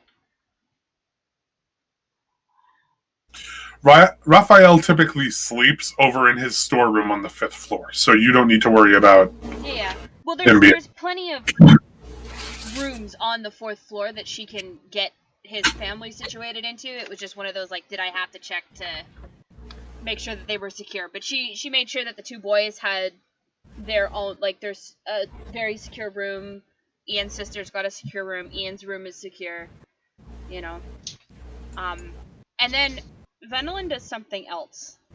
Mm-hmm. She finds a sheaf of papers in her father's room up on the 5th floor that are the deeds to the house. Uh-huh. And then she finds documents that would have been used to transfer said deed to the kids, namely her and her brother. And instead of putting her name down, she writes Ian's.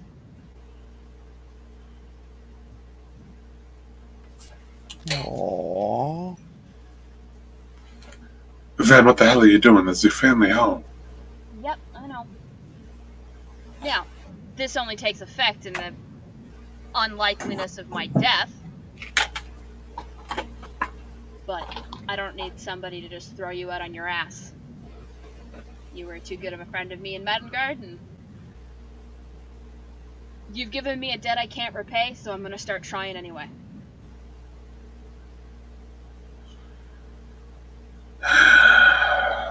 Besides, this is only if I die. And I don't plan on dying anytime soon.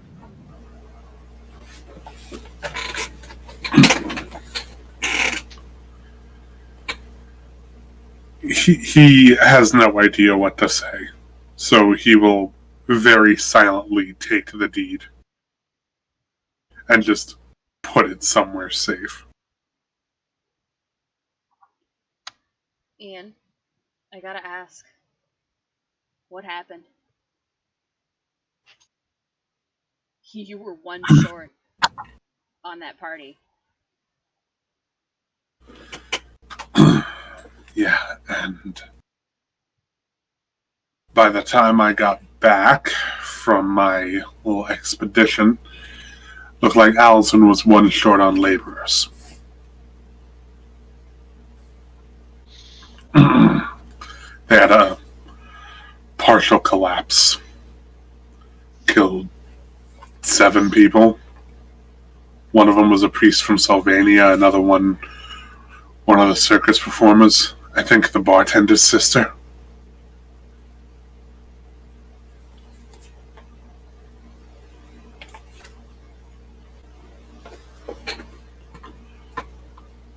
And yours? Not your sister, clearly.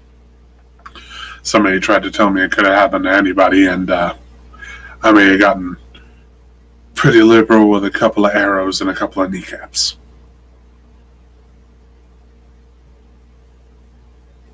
Fair enough. Look, I know it's not going to mean anything, especially not now, not with how fresh that is. But you did good. You got everybody else out.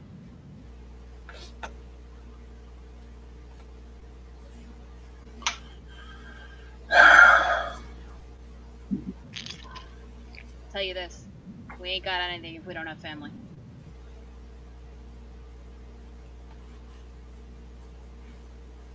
Which is why it means so much to me that you guys have somewhere safe to be.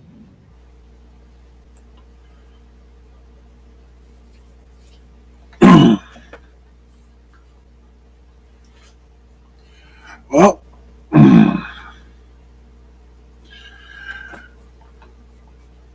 if you don't get shot, stabbed, or turned into a vampire, I'll probably still be single when you come back.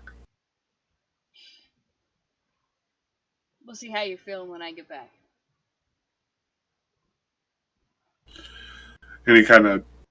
He wants to go for a fist bump, but he just gives you a hug. Yeah, she was gonna go for the uncharacteristic hug because she really doesn't hug people.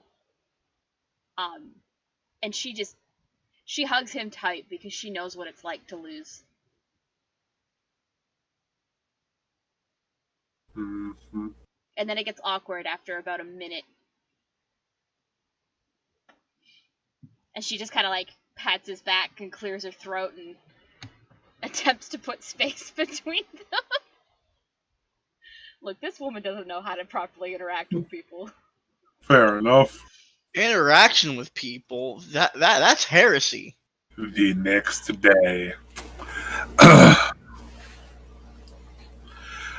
I'm gonna put this real simple to y'all. Y'all go on foot into Apollo territory. You're not that far in. And you guys make your way to Apollo's little hall.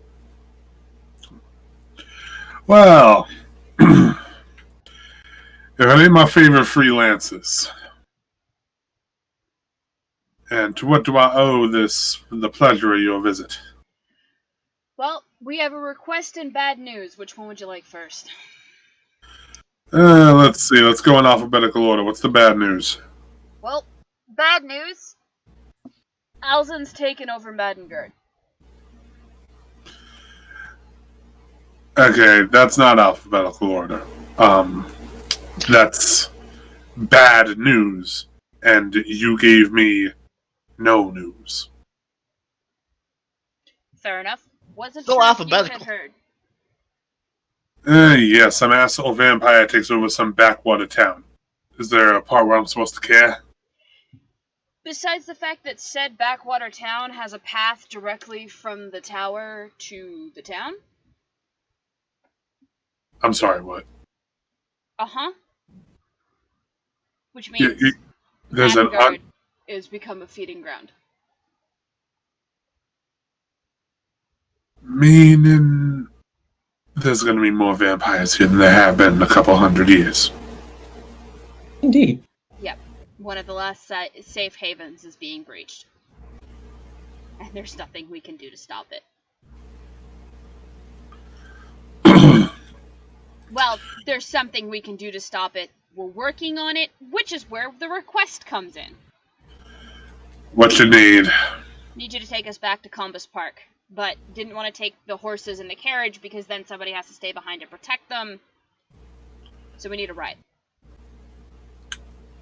Are y'all trying to take the other tunnel? Yeah. Oh, that ain't good. You know about the other tunnel. I know about that tunnel through association. I've had a couple of my guys get killed over there. Pretty crass-looking vampire guarding the area for there. Guy by the name of Lex.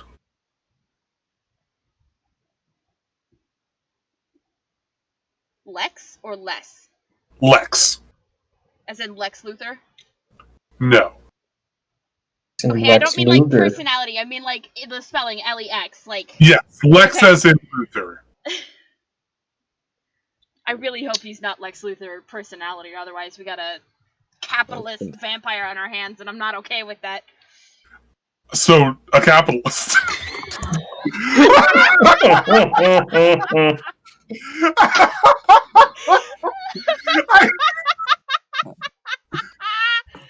Ooh!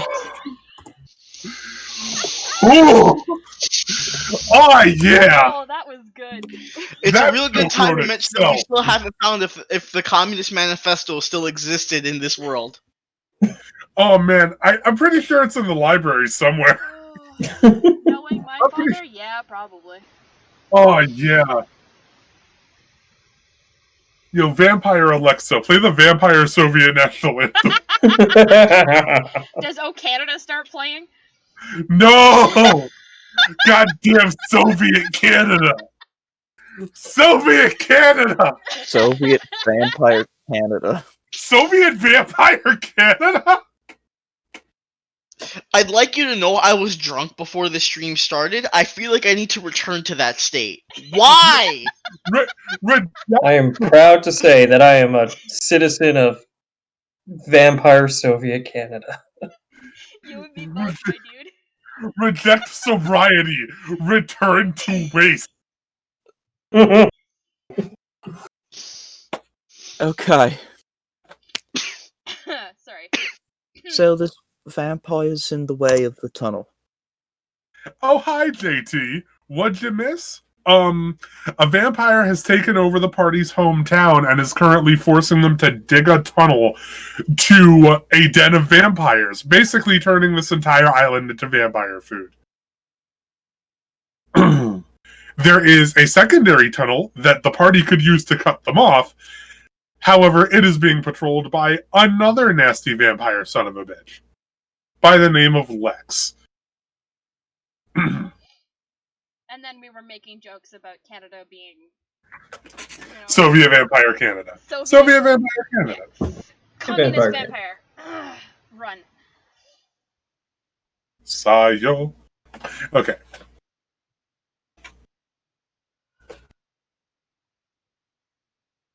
Yes. Don't worry. Lex shouldn't be a problem. Unless you're going to tell me he's got hordes and hordes of thrall. In which case he's going to be a very big problem, and I'm going to have to adjust my plan to get us through. Nah, he doesn't employ too many thrall under his care. He prefers the company of full-fledged vampires. And he's got a few down there, among others.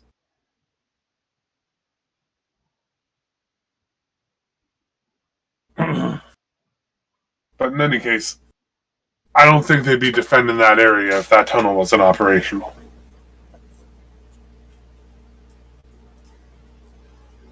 Yeah. Well, we gotta find a way in, and we're not getting back in through Madengard. Well, so you need an escort to the southeast corner of Combus Park. That'll put you about 2 miles from where their base is. Fair enough. Something like that. Unless you know of another way across.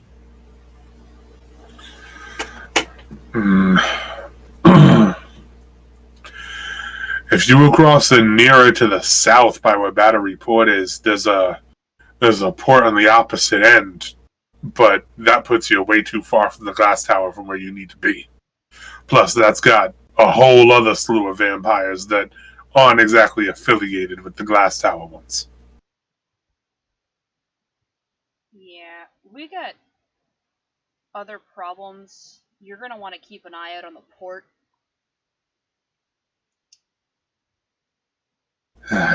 Baron may have lost his mind. My opinion, Baron lost his mind when he got in bed with a vampire. But Yeah, that's the problem. wait a second, is he turned? Nothing Well- confirmed. His pirates are fleeing to the four corners of the island, though. Oh, he's turned. Yeah, they were saying something about him being out of sorts. Oh yeah, he's turned. I'm not sure what happened to his lieutenant, but hopefully he has escaped as well.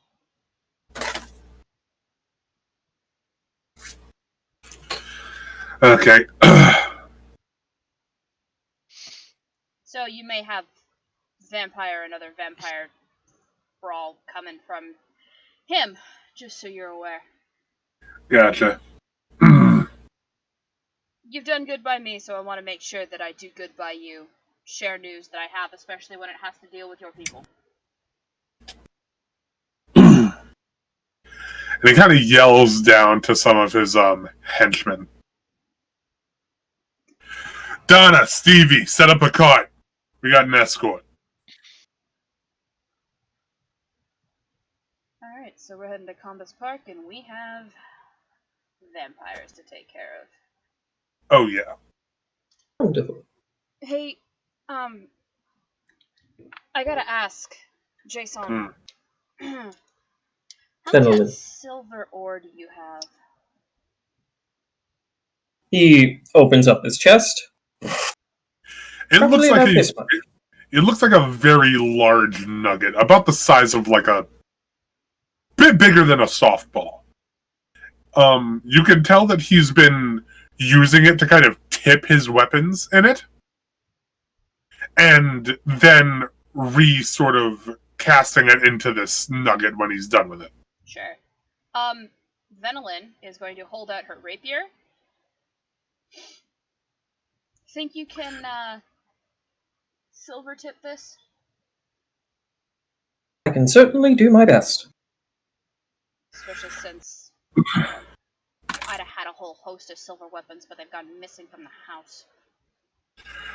You watch Jason kind of like lean downward a bit. His head kind of depresses, and his shoulder plates kind of separate outwards, giving you a path to sort of lower your rapier into the smelting bit. Be warned, this is quite hot. Then I will let you do your thing.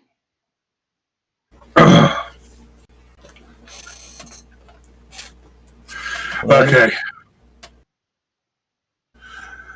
Do me a favor. Don't die. And, you got any souvenirs? Let me know. Might pay you for them. I'll keep an eye out. You wouldn't happen to quantify the head of a vampire as a souvenir, would you? Beautiful thing, not my kind of collection, darling. Fair enough. I'll keep my eye out for something shiny.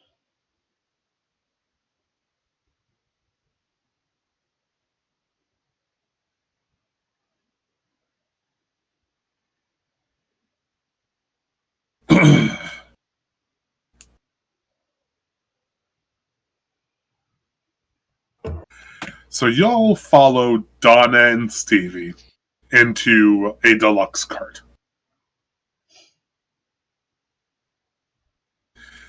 Sure, all of Apollo's henchmen are 70s references. Love it. Does he sing as good as Stevie Nicks, though? Stevie Nicks, I was thinking Stevie Wonder. Ooh, But that's okay. good, too. Look, they were both named Stevie.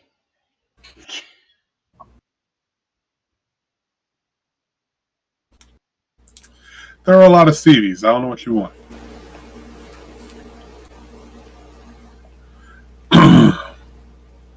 In any case, the ride back is significantly smoother, as this deluxe cart is very nice. It's got much better wheels. It's being pulled by 4 horses instead of 2, and much to your chagrin, Donna is a slightly better driver. I never said I was particularly skilled at driving, just that I could. Fair enough. You guys make your way down the road on the eastern side of Columbus Park, still being, open. And cross, the urge to enter is significantly weaker from the east side than from the west side. Though every so often you can still feel that slight shittering on the back of your neck. Yeah, every time you try to put your hand in, there's nothing there. Okay.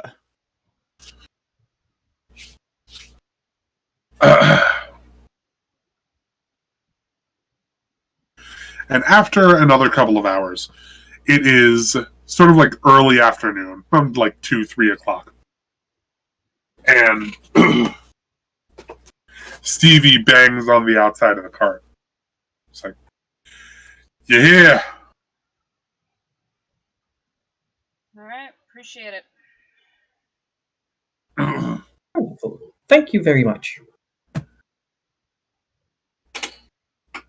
The base is about 1.5 miles, 2 miles further east. You'll know when you see it. It's the only thing guarded by a bunch of vampires and a couple of wolves. Yep. Get back safe. That's the hope. And they sort of and go back in the direction they came. The eastern side of the park is significantly better kept than the western side. Most of the buildings in this area are significantly better maintained.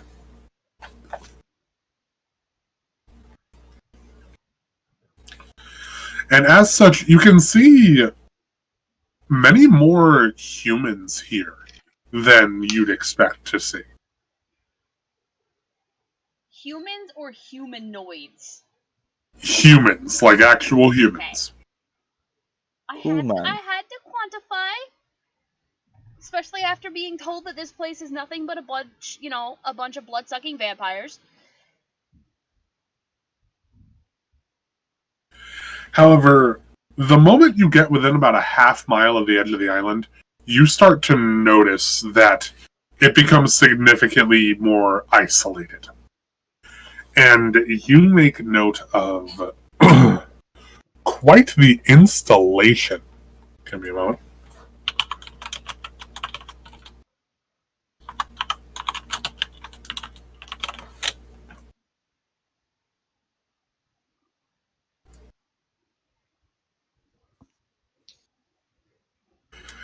You can see a quite tall building.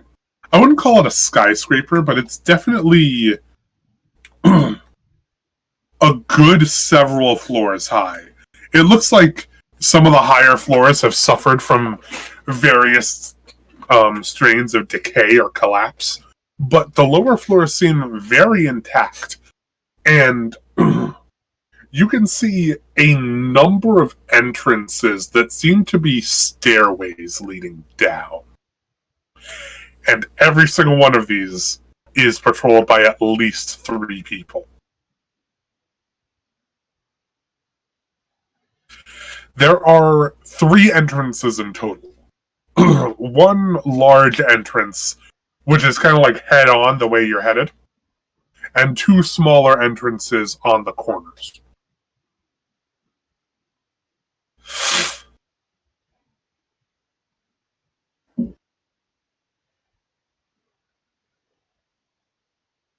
The guards seem to all be vampires.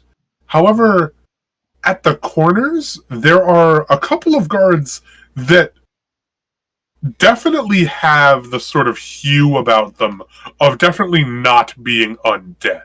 So you're not 100% sure who or what they are and what they're doing there in cahoots with the vampires.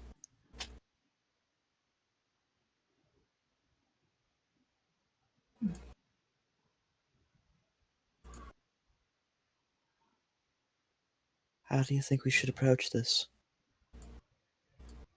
Are you gonna shoot me if I just say the word carefully?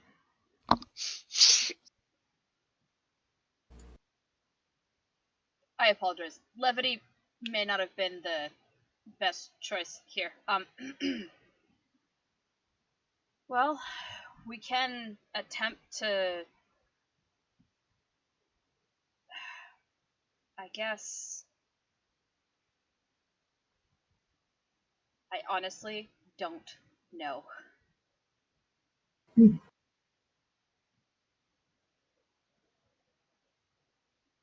What if we try to make a distraction like we did the last time? Might not be a bad idea.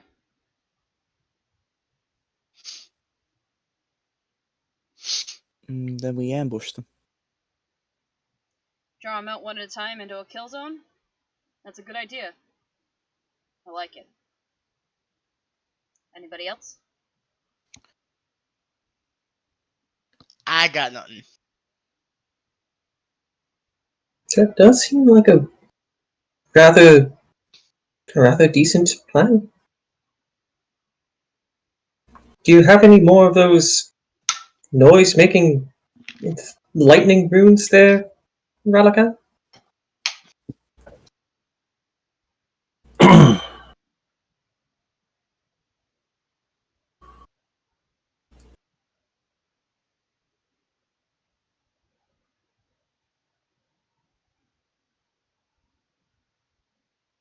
Okay. I'm sorry. Error 404, Relican not found. I had played. I just like to think that Sorry.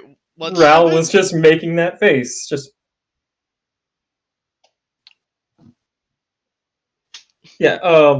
Jason asked if you had any more of those lightning runes on you.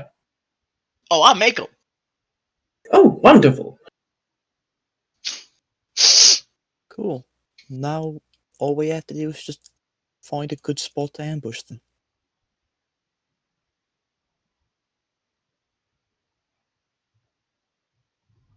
Soun's gonna see if he can find anything like an alley or something that might can like disrupt line of sight. There is sort of like a small back way that kind of runs around the building.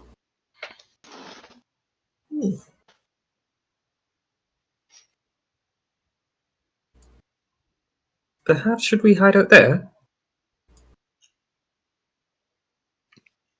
I'm gonna take a look around. Try to take a look from where I am, and see where I can start planting distractions. Distractions.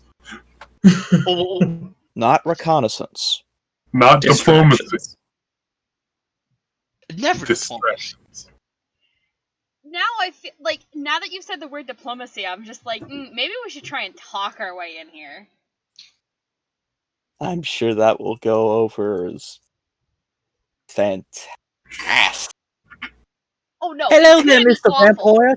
Which I mean, to be fair, you did hear from Apollo that there are factions of vampires, and that not all of them are affiliated with or particularly care for the Glass Tower ones.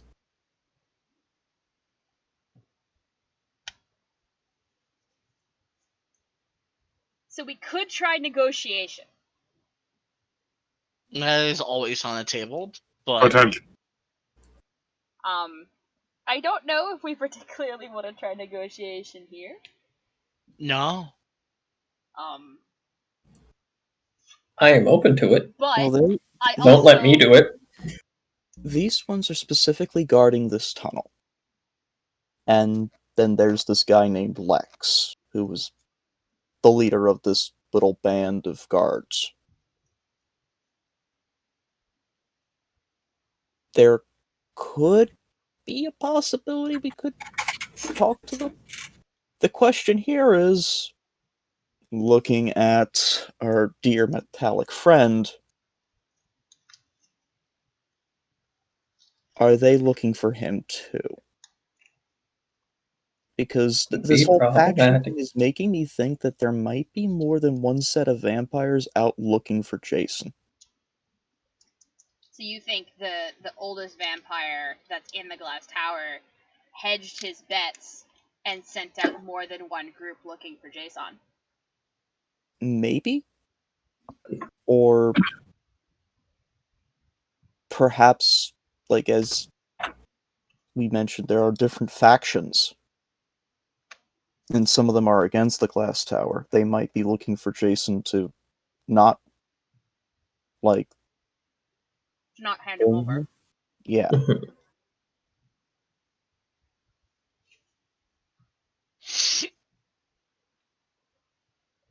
You know what? Before we start doing any of that,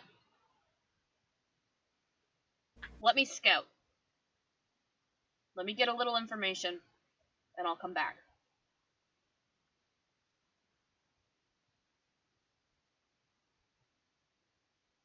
Would you like me to go with you? Normally I would say yes, but I think in this case, one person is less of a chance of getting caught than two. And I'm just trying to listen in, so. Okay. And I'm not saying this to be rude, but it helps to see where you're able to go. Unless you're not actually blind, in which case I really wish you had told me that about 2.5 weeks ago.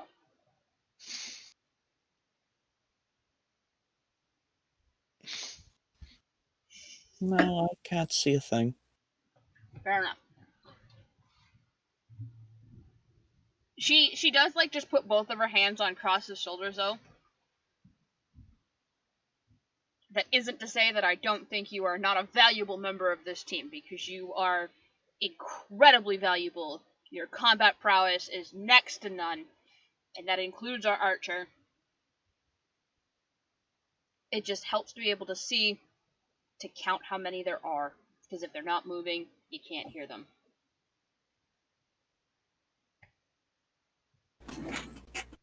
And having said her placating piece, Venelin is going to sneak her way off.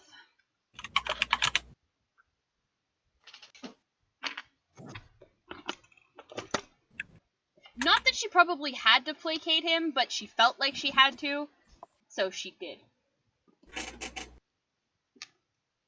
Because it's nice to know you're wanted. I understand. Alright, that being said, Alex, you need stealth check from me? Please and thank you.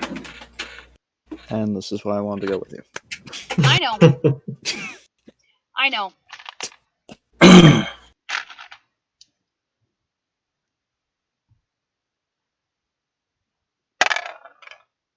15. No, 17. I can count. Are you sure about that? Yep. Yep. I honest to God thought I was rolling an intelligence check for a second, which only has a +1, but my dexterity is a +3, so yeah, no. 17. Okay. Wonderful. You kind of stalk your way around a little bit. And the non-undead guards are all wearing like some real thick, heavy clothes. And you can almost see that each of them seems to have something around their neck.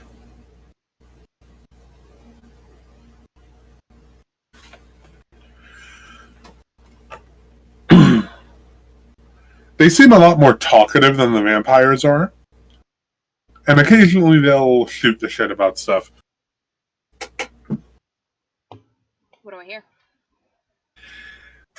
Mostly banalities. However, every so often they do talk about how Alzen has had some increased activity in the area.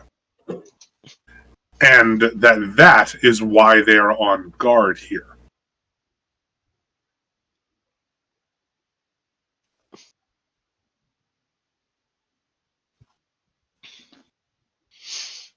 Huh.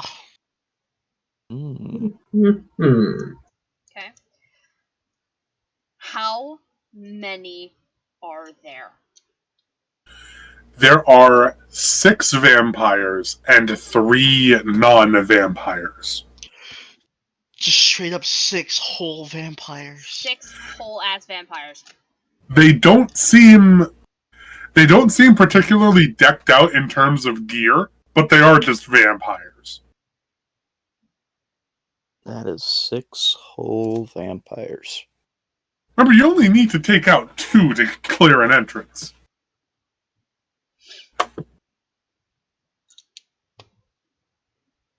Six whole ass vampires who are going to smell the moment blood gets spilt. And not to mention those mooks. Mooks. You think I've got mooks. Okay, henchmen. He thinks he's people. Anyway. Okay. Venolin's mind is turning. Can I find a secret way into this particular area? And by secret way, I mean, like, hidden in the bushes, not guarded. Like, I am taking my time to try and figure out, like, routes and stuff, and I am being thorough. Roll me one last investigation check. You got it.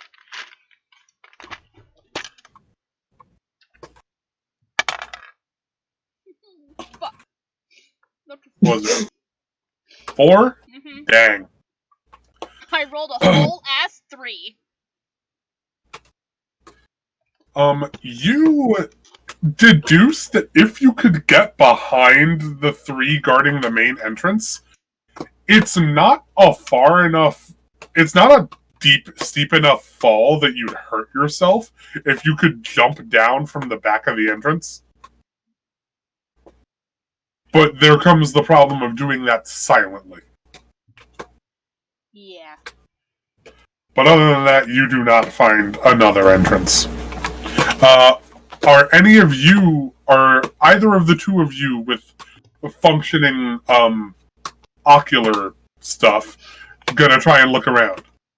Yes. Yeah, absolutely. You may roll me either perception for general stuff or investigation if you want to look for something specific. I do want to roll both, so I will just to like get a general lay of the land and choke points. Mm-hmm.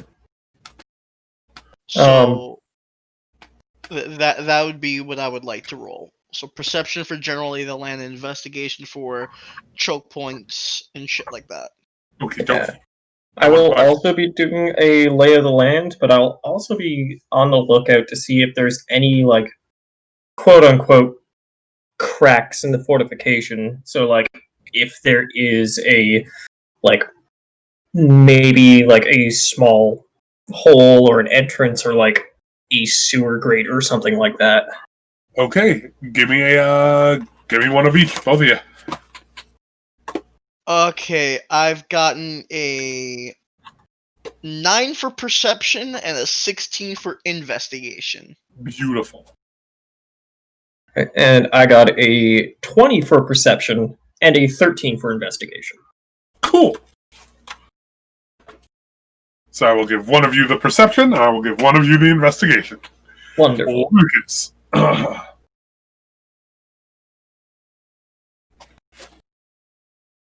You note that the guards don't really seem to be doing any patrolling, just kind of standing watch over the entrances themselves. Okay.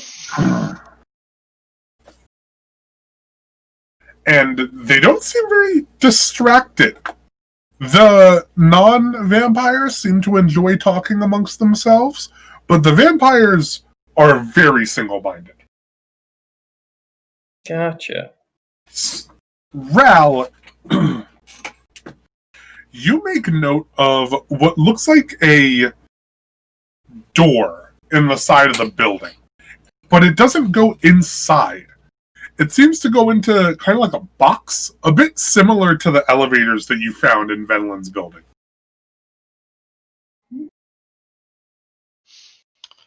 Okay. I don't know how long it'll be before we actively do the thing. I can't actively put bombs down. This door is far enough away from either of the two entrances on the side it is at that you're pretty sure if you guys made your way there fast enough and stealthily enough that you could get there by avoiding the guards. And avoid the guards, I mean. Okay.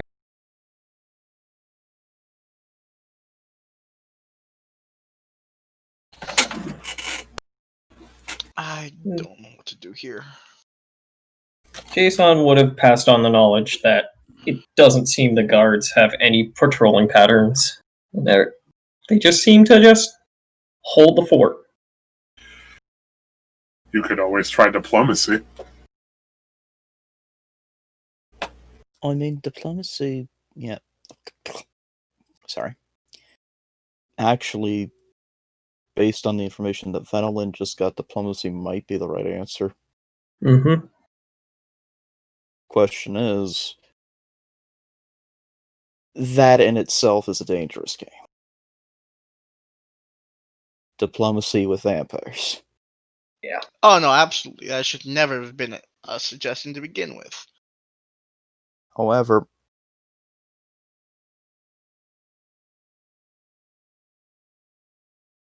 if things are as bad as they make it sound on the other side of this tunnel, let alone what could be lurking down there,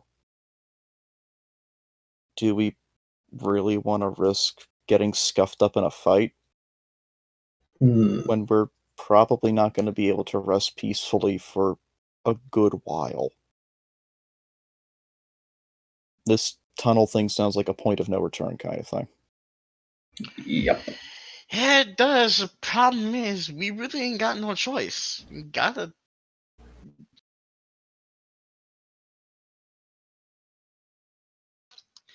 I mean, we not could just really cross left the with a lot of bridge. choice. We could just cross the bridge, yeah. Cross the bridge. Mm-hmm. Just walk right across the bridge. Walk Yep. right across the bridge to the Vampires Guard. Yep. That leaves us very open. There's vampires there. We know. You've told us. Every time we brought up the bridge. Yeah, but I don't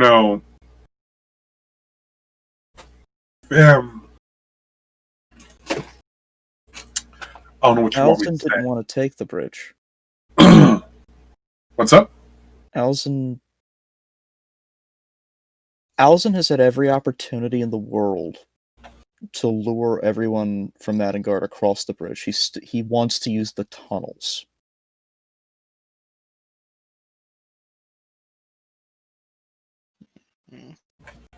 Yes, indeedy.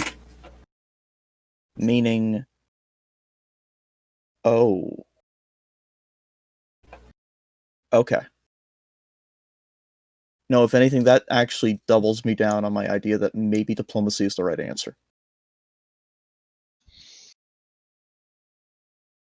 Just How if can we be in sure that these case guys are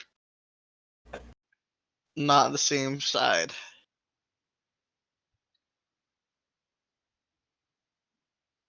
Well, to be honest, we can't guarantee anything. in case these this clan of vampires is also on the lookout for me. Shall I go into my compact mode? Perhaps use me as a luggage device.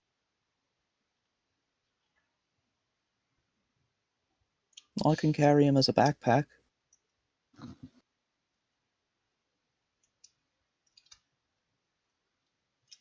Better than nothing, I suppose.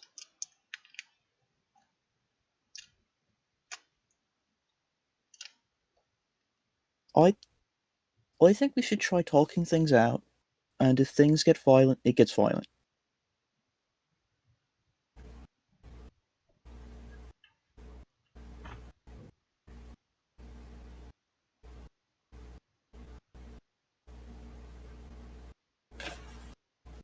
Alright. Besides, we might be able to serve him up Alzin on a silver platter, and then everybody's happy.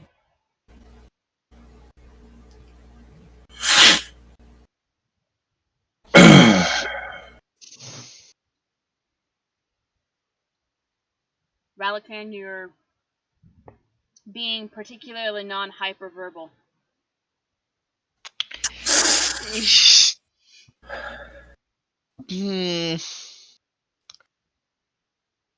I'm just racking the noodle to try to figure out something that we could do that's not, communicating or dealing with vampires in any way, shape, or form, but I got the nothing.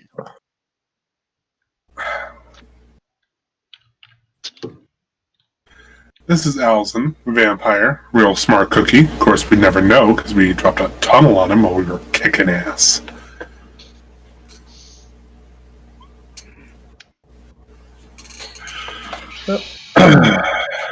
Well, Ralakan, you did mention that you saw a elevator-like door over just past the entrances. I did. I don't know where the hell that'll lead. And I don't trust places I don't know where it'll lead. Very understandable.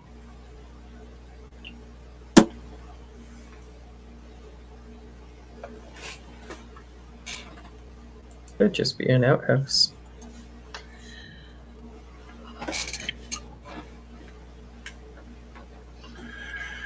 You're laughing, Maddie. What's wrong? What's going on? Alex is the only one who caught it, and it's okay. He's really done with me. I am.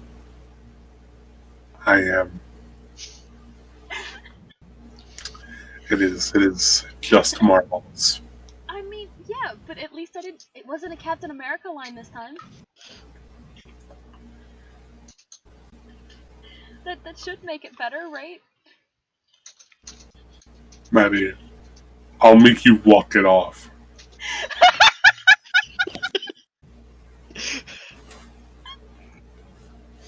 Anyway, so we're approaching the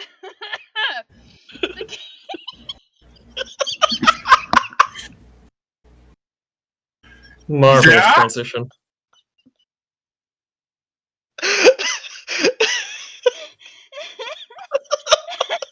I'm glad you're gonna kick out of this. Is not fine. This isn't funny. This is really fine. terrible. This is all fine. No, this is funny. It's a hoot that you don't get why we need this.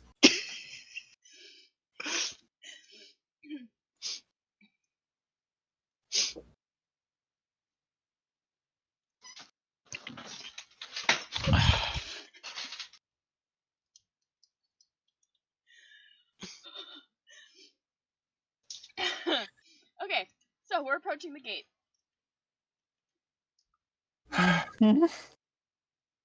You guys approach the gate, and the two vampires and the non-vampire see you, and they kind of square up, but don't really draw any weapons or anything. They just kind of stand in front of it, looking a bit menacing. It's like, Okay, now, I'm not here to cause any trouble. I'm just here to, communicate. y'all aren't from around here, are you? Not the immediate vicinity, no. Yes, the humans in this area typically know better than to interrupt us on our watch. What do you need from us? Actually, we need to talk to Lex. The two vampires look at each other, then at you.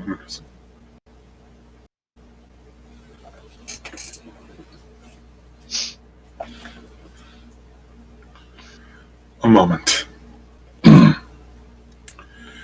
They sort of tap the non-vampire on the shoulder, whisper in his ear for a moment, and almost in an instant, he sort of like recoils onto all fours and bounds down the stairs.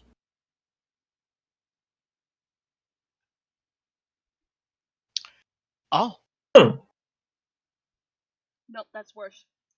That's worse. That is worse. But good answer. Good answer. Yay, Family Feud. Good answer. He'll be up in a moment. Concern. Just can I just get a Ral just doing the concern look? Oh yeah, we gotta commission Ral doing the concern. I'll do it. Just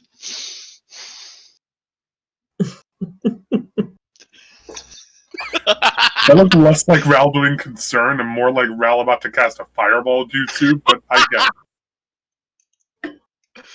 I do appreciate how almost everyone just did concern at the exact same time. So now it's no longer a moment of silence. Just everyone just like 10 seconds of concern. We had a very heated Hearthstone gaming moment. This could have ended terribly. In any Terribly. After about 2 minutes, you guys are greeted by a towering vampire. He is very clearly elvish. And he stands at a good 7 feet. He's wearing what looks like a contemporary suit, and on his left side is what looks like a wolf.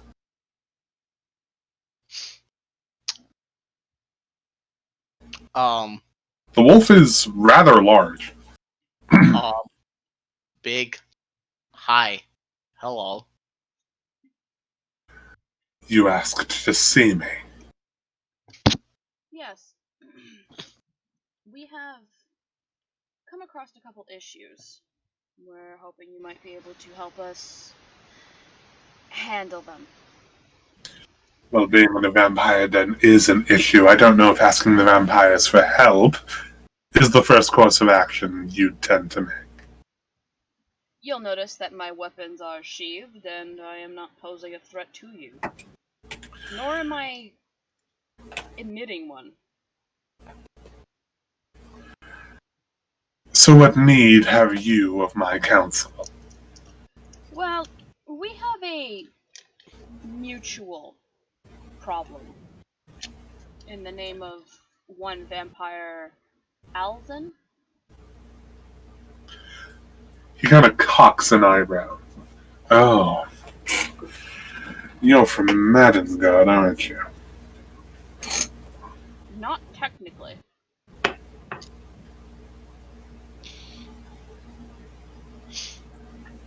We've visited.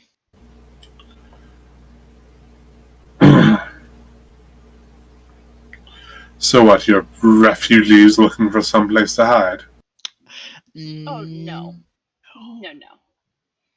No, we'd like to provide you a way to kill him. And what might that be? He found the tunnel.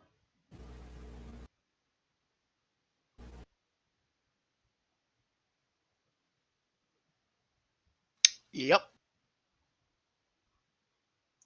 Which means, if you're not allies with him, he could very well come up behind you and slit your throat while you rest. As it were. A look of abject fear crosses Lex's face as you tell him he found the tunnel. That's not the plan. That's not the plan. I'm sorry, what now? Hmm.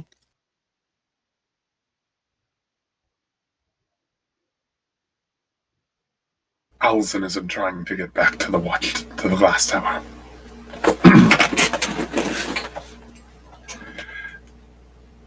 I believe he means to destroy it. Excuse you? Please pardon my rudeness, but excuse the fuck out of you? Cross's face is just one of absolute just. Hmm.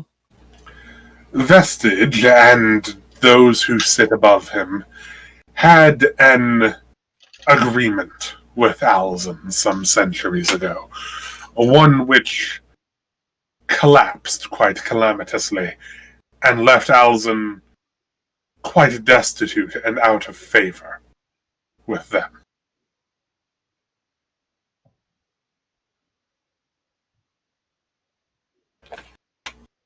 And what did this particular deal entail? There's a vampire in these parts even older than Vestige. One that was here during the siege of this island centuries ago. Oh. It is said that Alzen is of a similar age. That he even assisted in the siege. But that after a falling out with this vampire, he was cast out. Does this particular vampire have a name?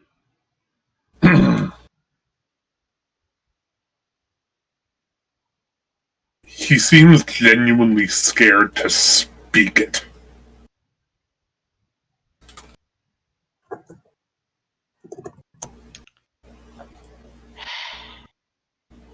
Vestige has asked that we not speak it.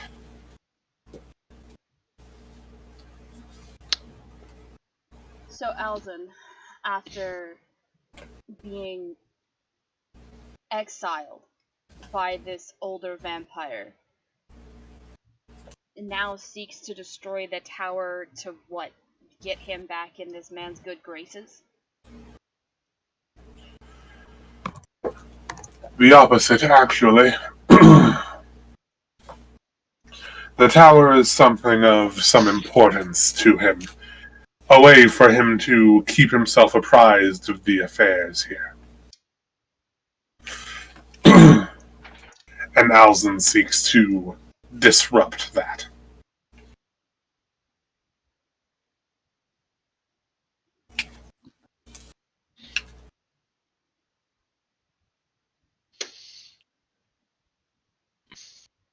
And you?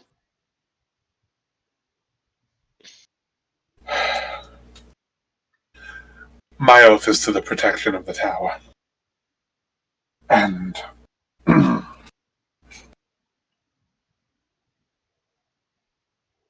if you think you can cut him off, if you think you can take him, that is, I can allow you passage.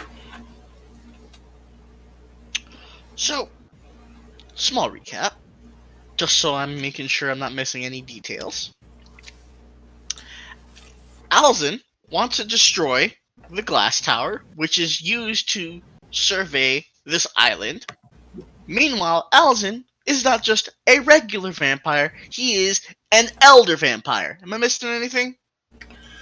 No, you've pretty much got it. Awesome. Raul at this point very much has a look of So when did he shack up with Cassidy?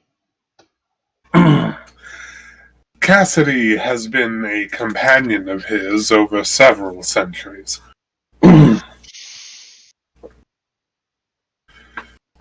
Possibly his most steadfast companion, though I've heard that since your actions have taken place, that may have come to an end.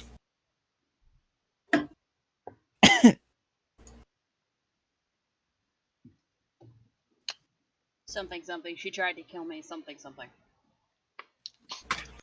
Something something. Don't date crazy. Something something. I hold no qualms with you over Cassidy's death. She was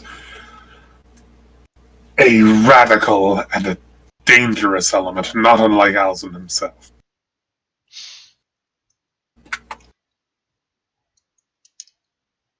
I didn't realize that you ran with lycanthropes.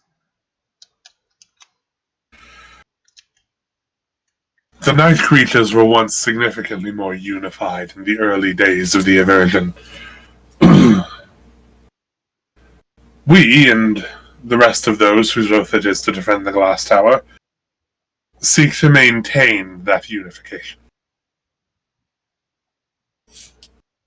And he kind of leans down and pets the wolf.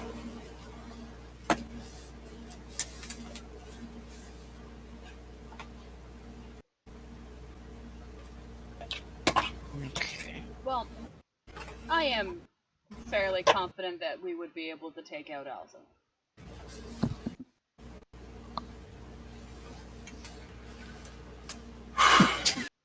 In that case, I'll transport you.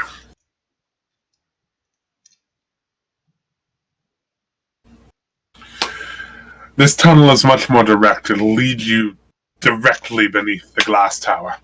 Whereas the tunnel in question will leave them about a half-mile south of it.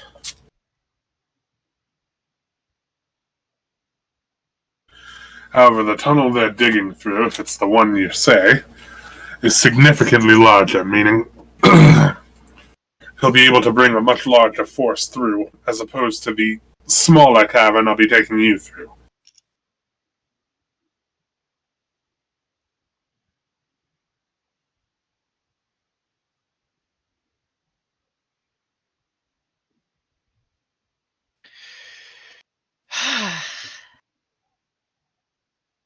What I would give for some silver arrows. Oh And well. at that point, Respond. Well, say something. Don't say that. And at that point, Jason dings like an egg timer and like a toaster. Jason has been trying his best to stay silent, but as soon as Ralph says that, Mug that extremely to myself. Thank you.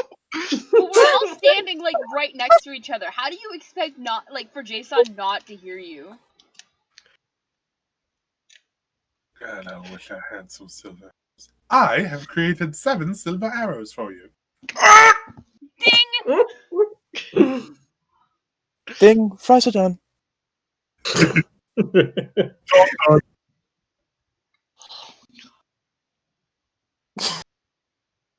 Oh boy! Oh god, please tell me this is canon. Please no.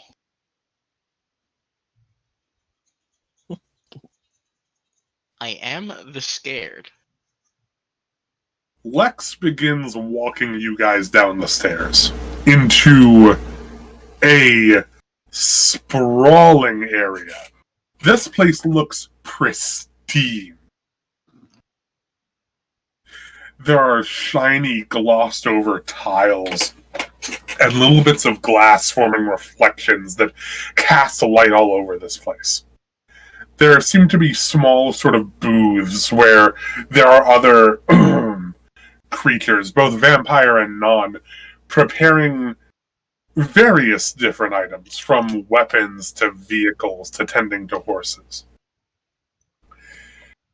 And Lex leads you down a second flight of stairs to what looks like a much smaller tunnel. It's definitely big enough to hold all of you just fine, but it's definitely significantly smaller than the massive tunnel that the Numerics Wing had. Yeah.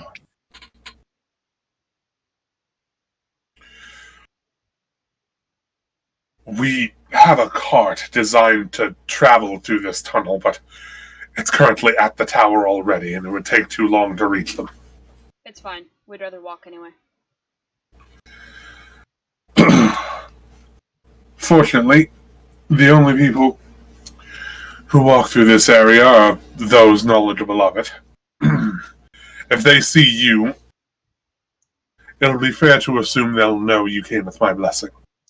But, worst case, he kind of pats around on his person for a moment. And pulls out a small vial of blood. And hands it to you, Venelin.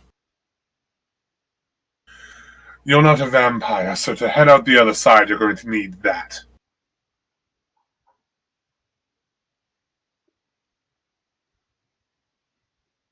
Thank you. All I can say is, please do your best not to die. Your Why kind do you of... keep saying that to me? Because your kind are historically and blissfully mortal. See, I wouldn't have become as good of a survivor as I am if I died at the first hint of trouble. Fair enough. He gives you a very small bow before backing away from the tunnel. She mirrors it before he steps off, and then looks back down the tunnel. And then just very quietly starts to sing Secret Tunnel to herself. Secret tunnel. Secret tunnel. Under the ocean. Secret, secret, secret, secret tunnel. Please do your best not to die.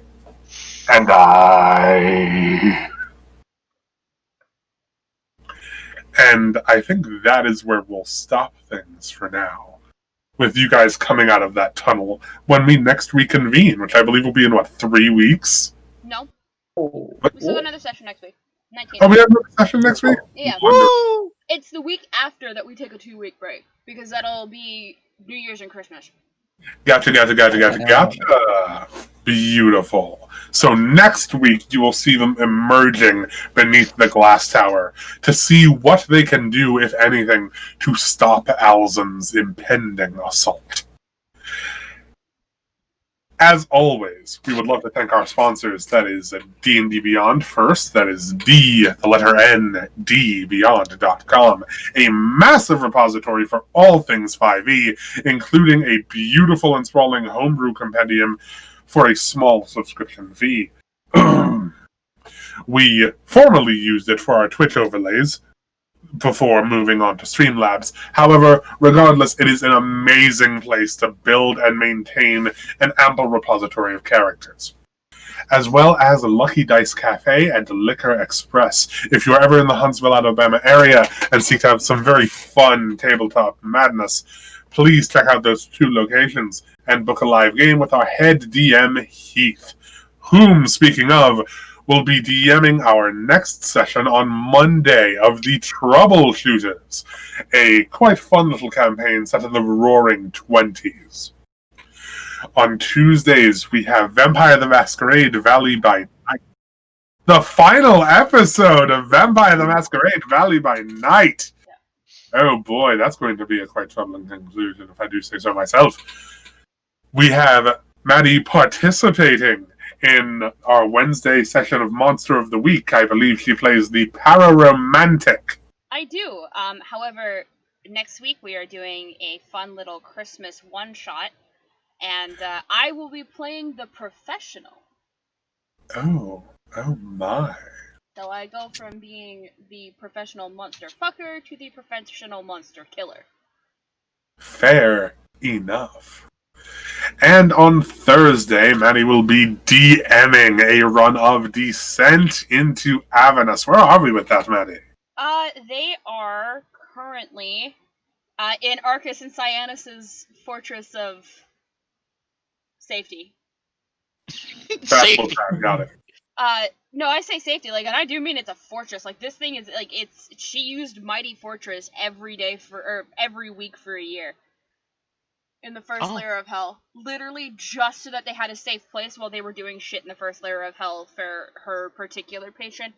But yeah, no, the party is there, learning arcane things. Cyanus is about to get a writ to the Artificer Guild that, Koss belongs to. And, yeah, they're about to head to the Bleeding Citadel. So we are ramping up, probably be done that one about March or April. Gotcha. And on Saturday, of course, we will be back with another episode of the Stolen Cities. I believe it will be episode 9, where, once again, our fledgling adventurers here are going to be trying to stop the Vampire Alzen's impending assault on the Glass Tower. Oh, boy! You know, we go from trying to destroy the Glass Tower to trying to protect it. You know, it's a wacky world that we live in. Oh no, we haven't said that we're not going to destroy it. We just said we're going to destroy Alzen. We didn't say we don't want it destroyed, just that we don't want him destroying it now. We'll maybe destroy it later out of convenience.